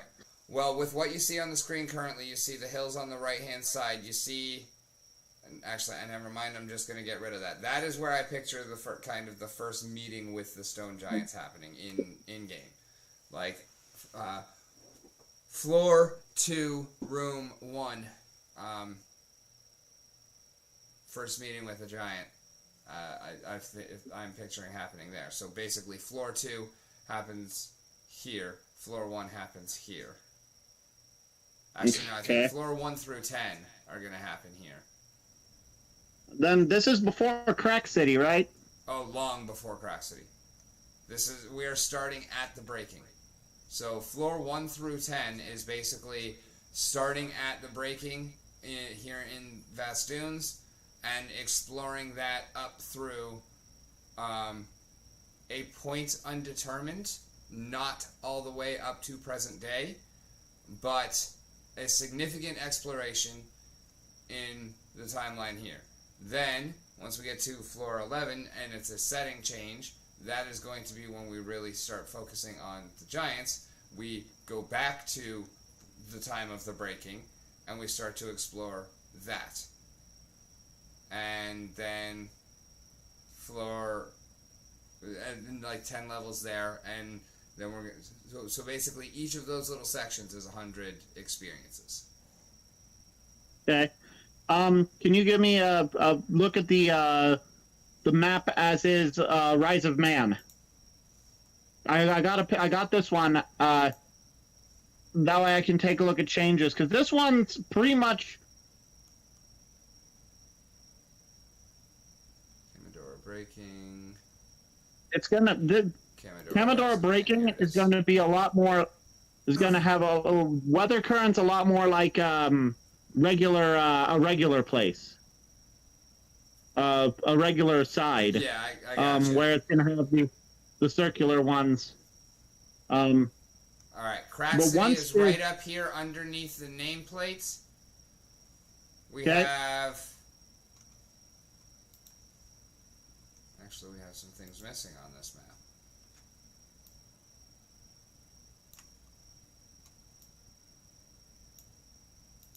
Okay. So we have crescent I was talking about is like this area here. And given the heat, it would hug the river fairly closely. Exactly. And so we're looking at atmospheres about here. Probably even thinner than that, actually. It'd be a lot like Egypt, where, like, within walking distance, everything just kind of turns to wasteland. So really, just like this. So what's the brown? That orangish. That's the burnt land. That's where the sun has, or maybe not the sun. I don't necessarily know how, but the sand has actually been baked to the point where, like, the surface is basically all broken glass. Okay. Okay. And then the middle is a salt flat. Yep, that's the salt flat. The necropolis is right here in the middle. Okay. And then the far side is like a rocky expanse.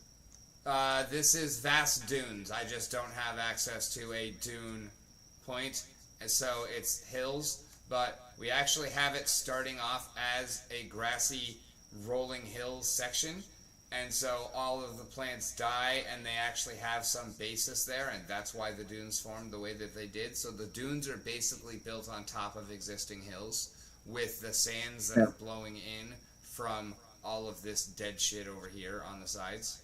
So I'm figuring that the storms are basically ending up over here, because they're bringing the wind. And that's why this is so baked, is because basically it's. I'm kind of imagining that the storms are basically going counterclockwise, starting at 12 on this one. Like, if we're desert really storms are going to be it's mostly going to be sandstorms, and so the sands get stripped away, except for what's basically fused down, and so the burnt lands are just what gets completely stripped barren. And then sandstorms just build and build and build. And if they hit the vast dunes, well, they're fucking terrible. And then they just build up on top of everything that's there. And so there is so much history that is built up in vast dunes, because these are almost mountains of sand here. Okay. Am I allowed to add features to this? You can do whatever the fuck you want. What do you think co-creator means? Okay. I'd like to put a mountain range. One mountain range, and I can do the air currents for this very easy, and basically keep everything here exactly as you want it. All right, tell me where, and I can actually add it in the official thing here. Let me get to mountain and go. I haven't decided yet. It depends on what direction I want the currents to spin. Okay. Well, like I said, currents should be going counterclockwise starting from 12. Basically, Crack City is not going to really get hit by sandstorms of any actual magnitude, because the dunes are going to have sucked it dry of its power. But if the sandstorms form up here, they might catch the outskirts of the beginning of it. Is kind of how I picture that happening. So, for desert weather, the way I'm seeing this is we have two different weather circuits. The northern circuit is a dry circuit. It doesn't use water. It uses heat off of the burnt lands. Okay. So you have a circle that starts in the burnt lands, curves south, goes over the salt flat, hits the sand dunes, and then comes back around. But in order for that to work, I need a mountain range around the area where the salt flats, between the salt flats and the sand dunes. Not between the two, but like along that edge. All right, so green line, correct? That's what you're picturing? And then you need mountains Probably here? a little further south so the Crack City doesn't get involved in it. But yes, that's what I'm envisioning for the top one. It's a dry circuit that uses the heat of the burnt lands that forms windstorms, and they're just windstorms. And if you can curve that kind of around the south of the dunes. So more or less like this. Kind of starting here, and it could go further in and build up more. Yeah, start down here, kind of skirts along the Acropolis. It would probably be bigger than that, but yeah, it would be its northern part would be a little further south away from Crack City, but it would just skirt around these ones. It would be the bigger of the two air currents because it covers a larger portion of the side, really. All right, so but it would be a dry circuit because it doesn't deal with water particularly. All right, so this dot here is Howl Gold. Okay. And this dot down here is Blue Moon Oasis, to the north and south of the Burnt Lands. Okay.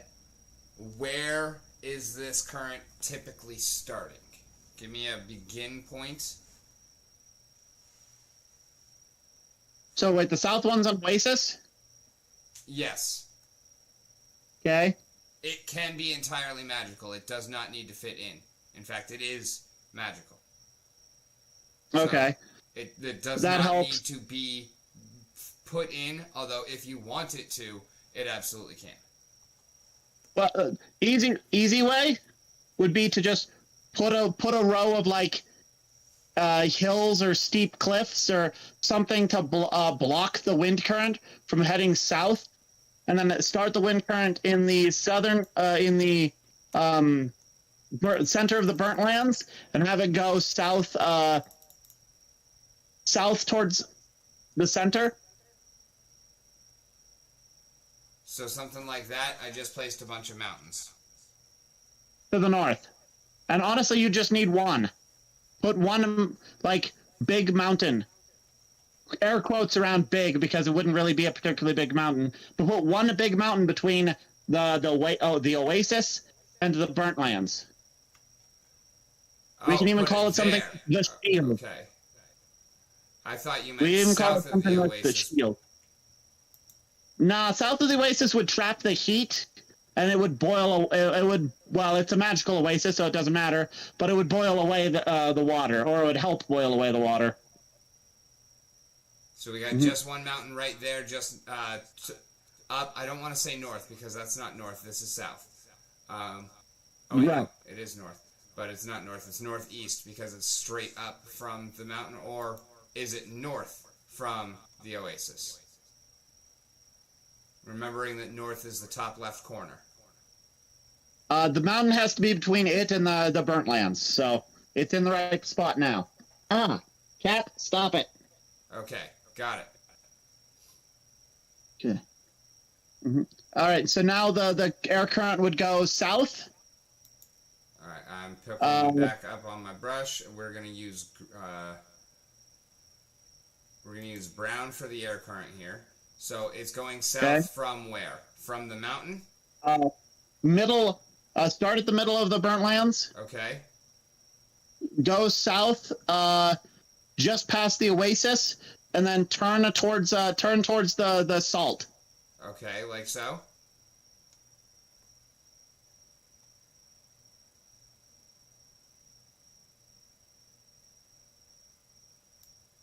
Yep.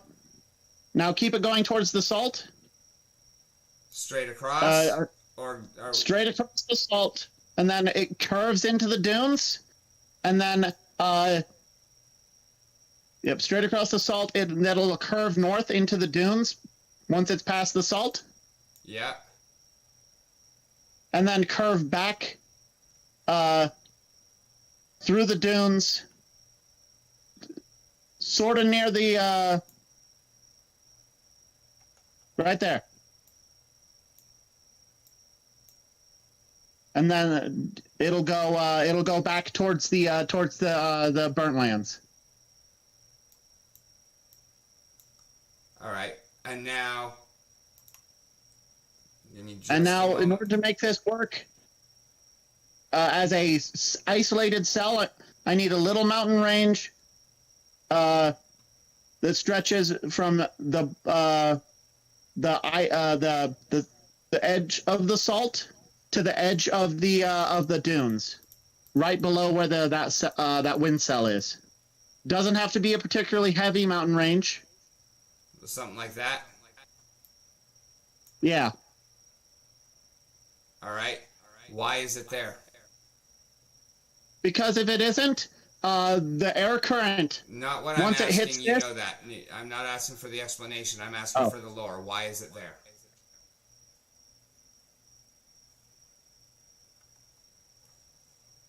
Is it just another part of Kamidora is a weak dragon and has no control over what is going on his side? Because I'm perfectly fine with that. And if that's the case, how old is it? That.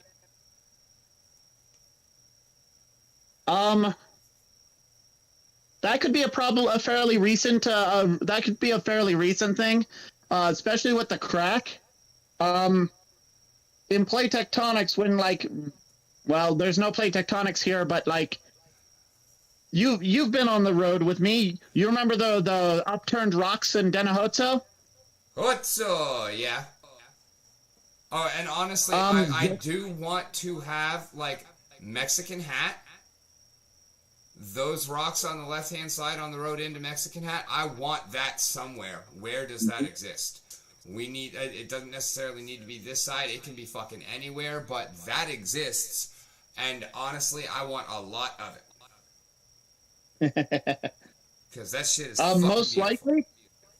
The funny thing, most likely that mountain that you just put between the Oasis and the Burnlands. Okay. Due to the high winds, that would actually probably be the best place for wind formations like that. All right, so basically Blue Moon Oasis is kind of Mexican Hat? I'd say it's probably better, but yeah. Probably better. Well, I mean landscape-wise. Obviously, we're going to put a whole lot more growth and beauty around, but landscape-wise, it's like Mexican. Yeah, probably. Your second weather current would be to the south, and it would do the more traditional thing of it would start on what's left of the lake. Let me get back to brown. Okay, start on what's left of the lake. Go like this. And then, which way do we want to curve it?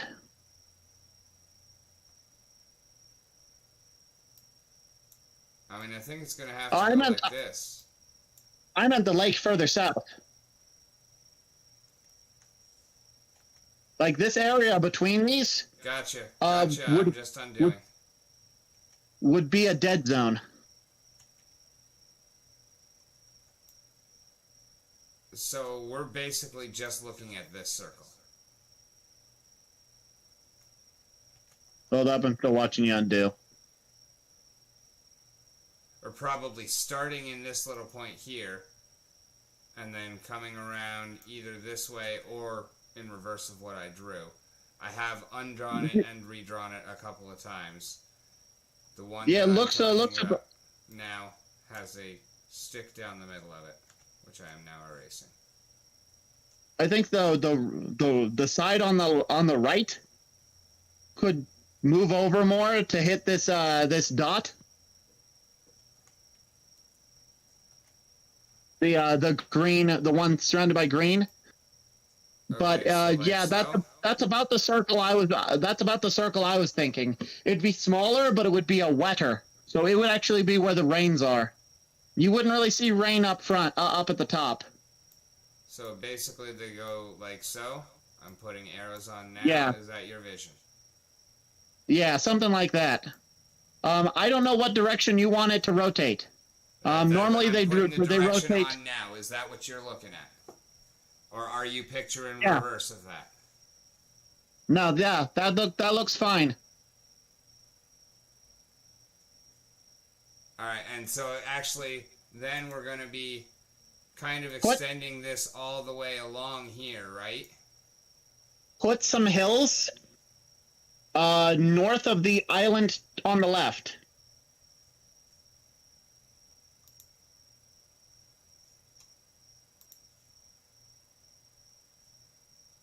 North of the island here. Okay, like this.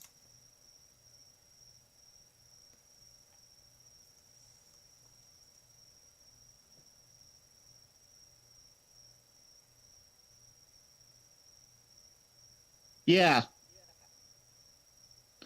Maybe extend them north a little bit. Like so.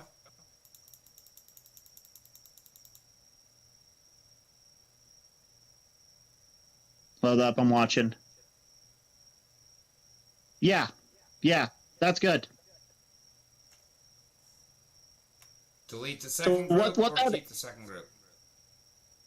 What's up? Delete the second group or keep the second group?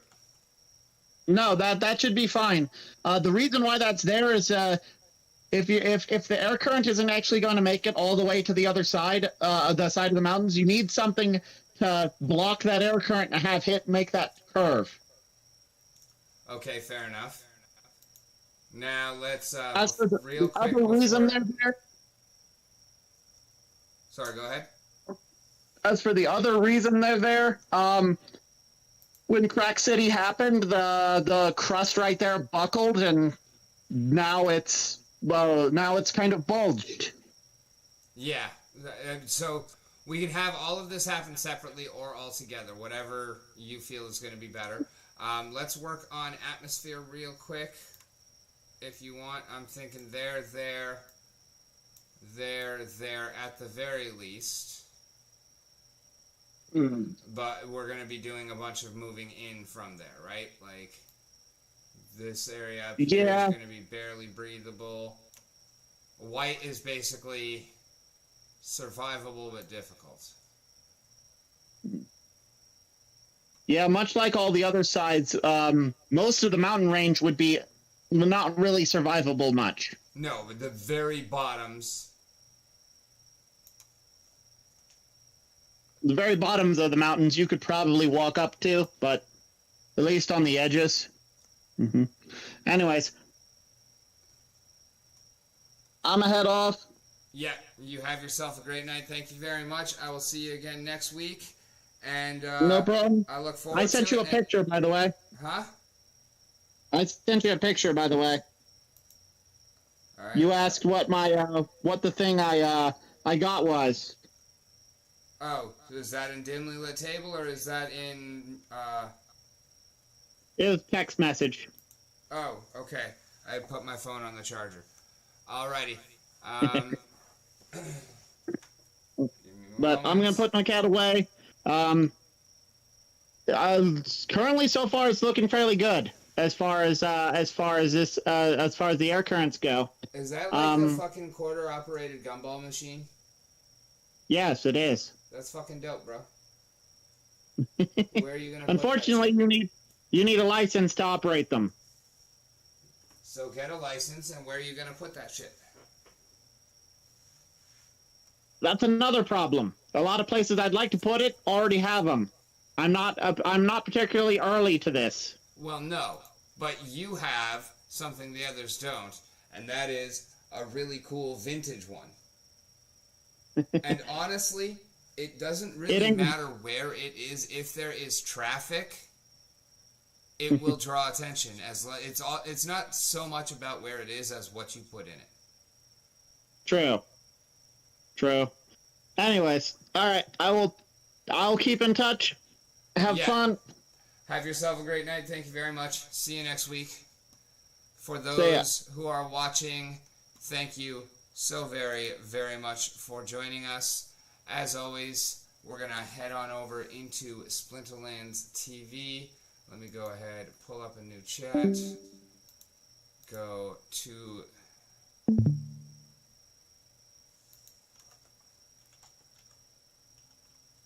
Twitch. Work on the mountain. There we go. Incoming on the Splinterlands TV chat. And when we get in there, I will, of course, go ahead and drop the link.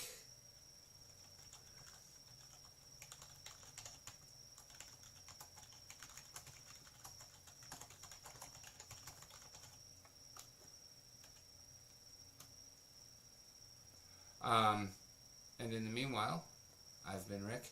You've been on the mountain. It has been a wonderful time.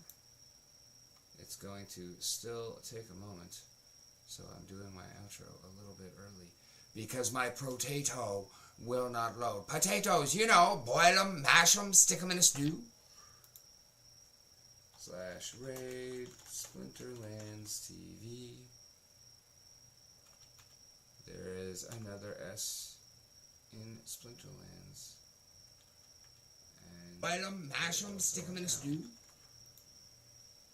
/raid Splinterlands TV. Mute, because nobody needs to hear that. And let's get it going.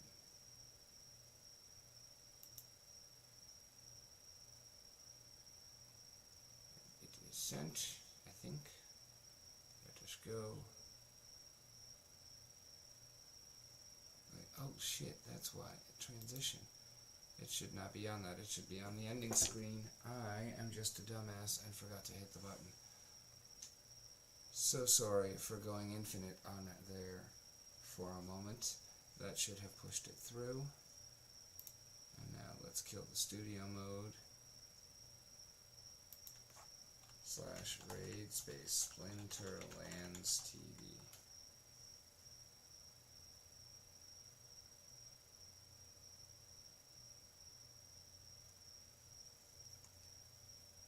Four viewers ready to raid. Fuck, thank you very much, guys. Was not expecting to see that many, but I greatly appreciate each and every one of you. Raid now. And expect more next week. For those watching on the YouTubes, thank you so very much for helping the algorithm even more. You know what to do with the sharing and the commenting and the liking and the subscribing, and most importantly the subscribing, and even more most importantlyest, the sharing. Spread the word. Have us have some fun with people, not only with playing this game, but with building this game. And all of your input is instrumental to making it happen. Your support will not be unrewarded, and we're always just having a great fucking time putting this shit together. So, you know, spread the word. And also, if you got some skills, bring some skills. Especially if you're willing to work for profit share. Because I got an interesting system going for that too. And we're always open to bring more talent on board. The more hands, the less work for all. So, thank you so very much. And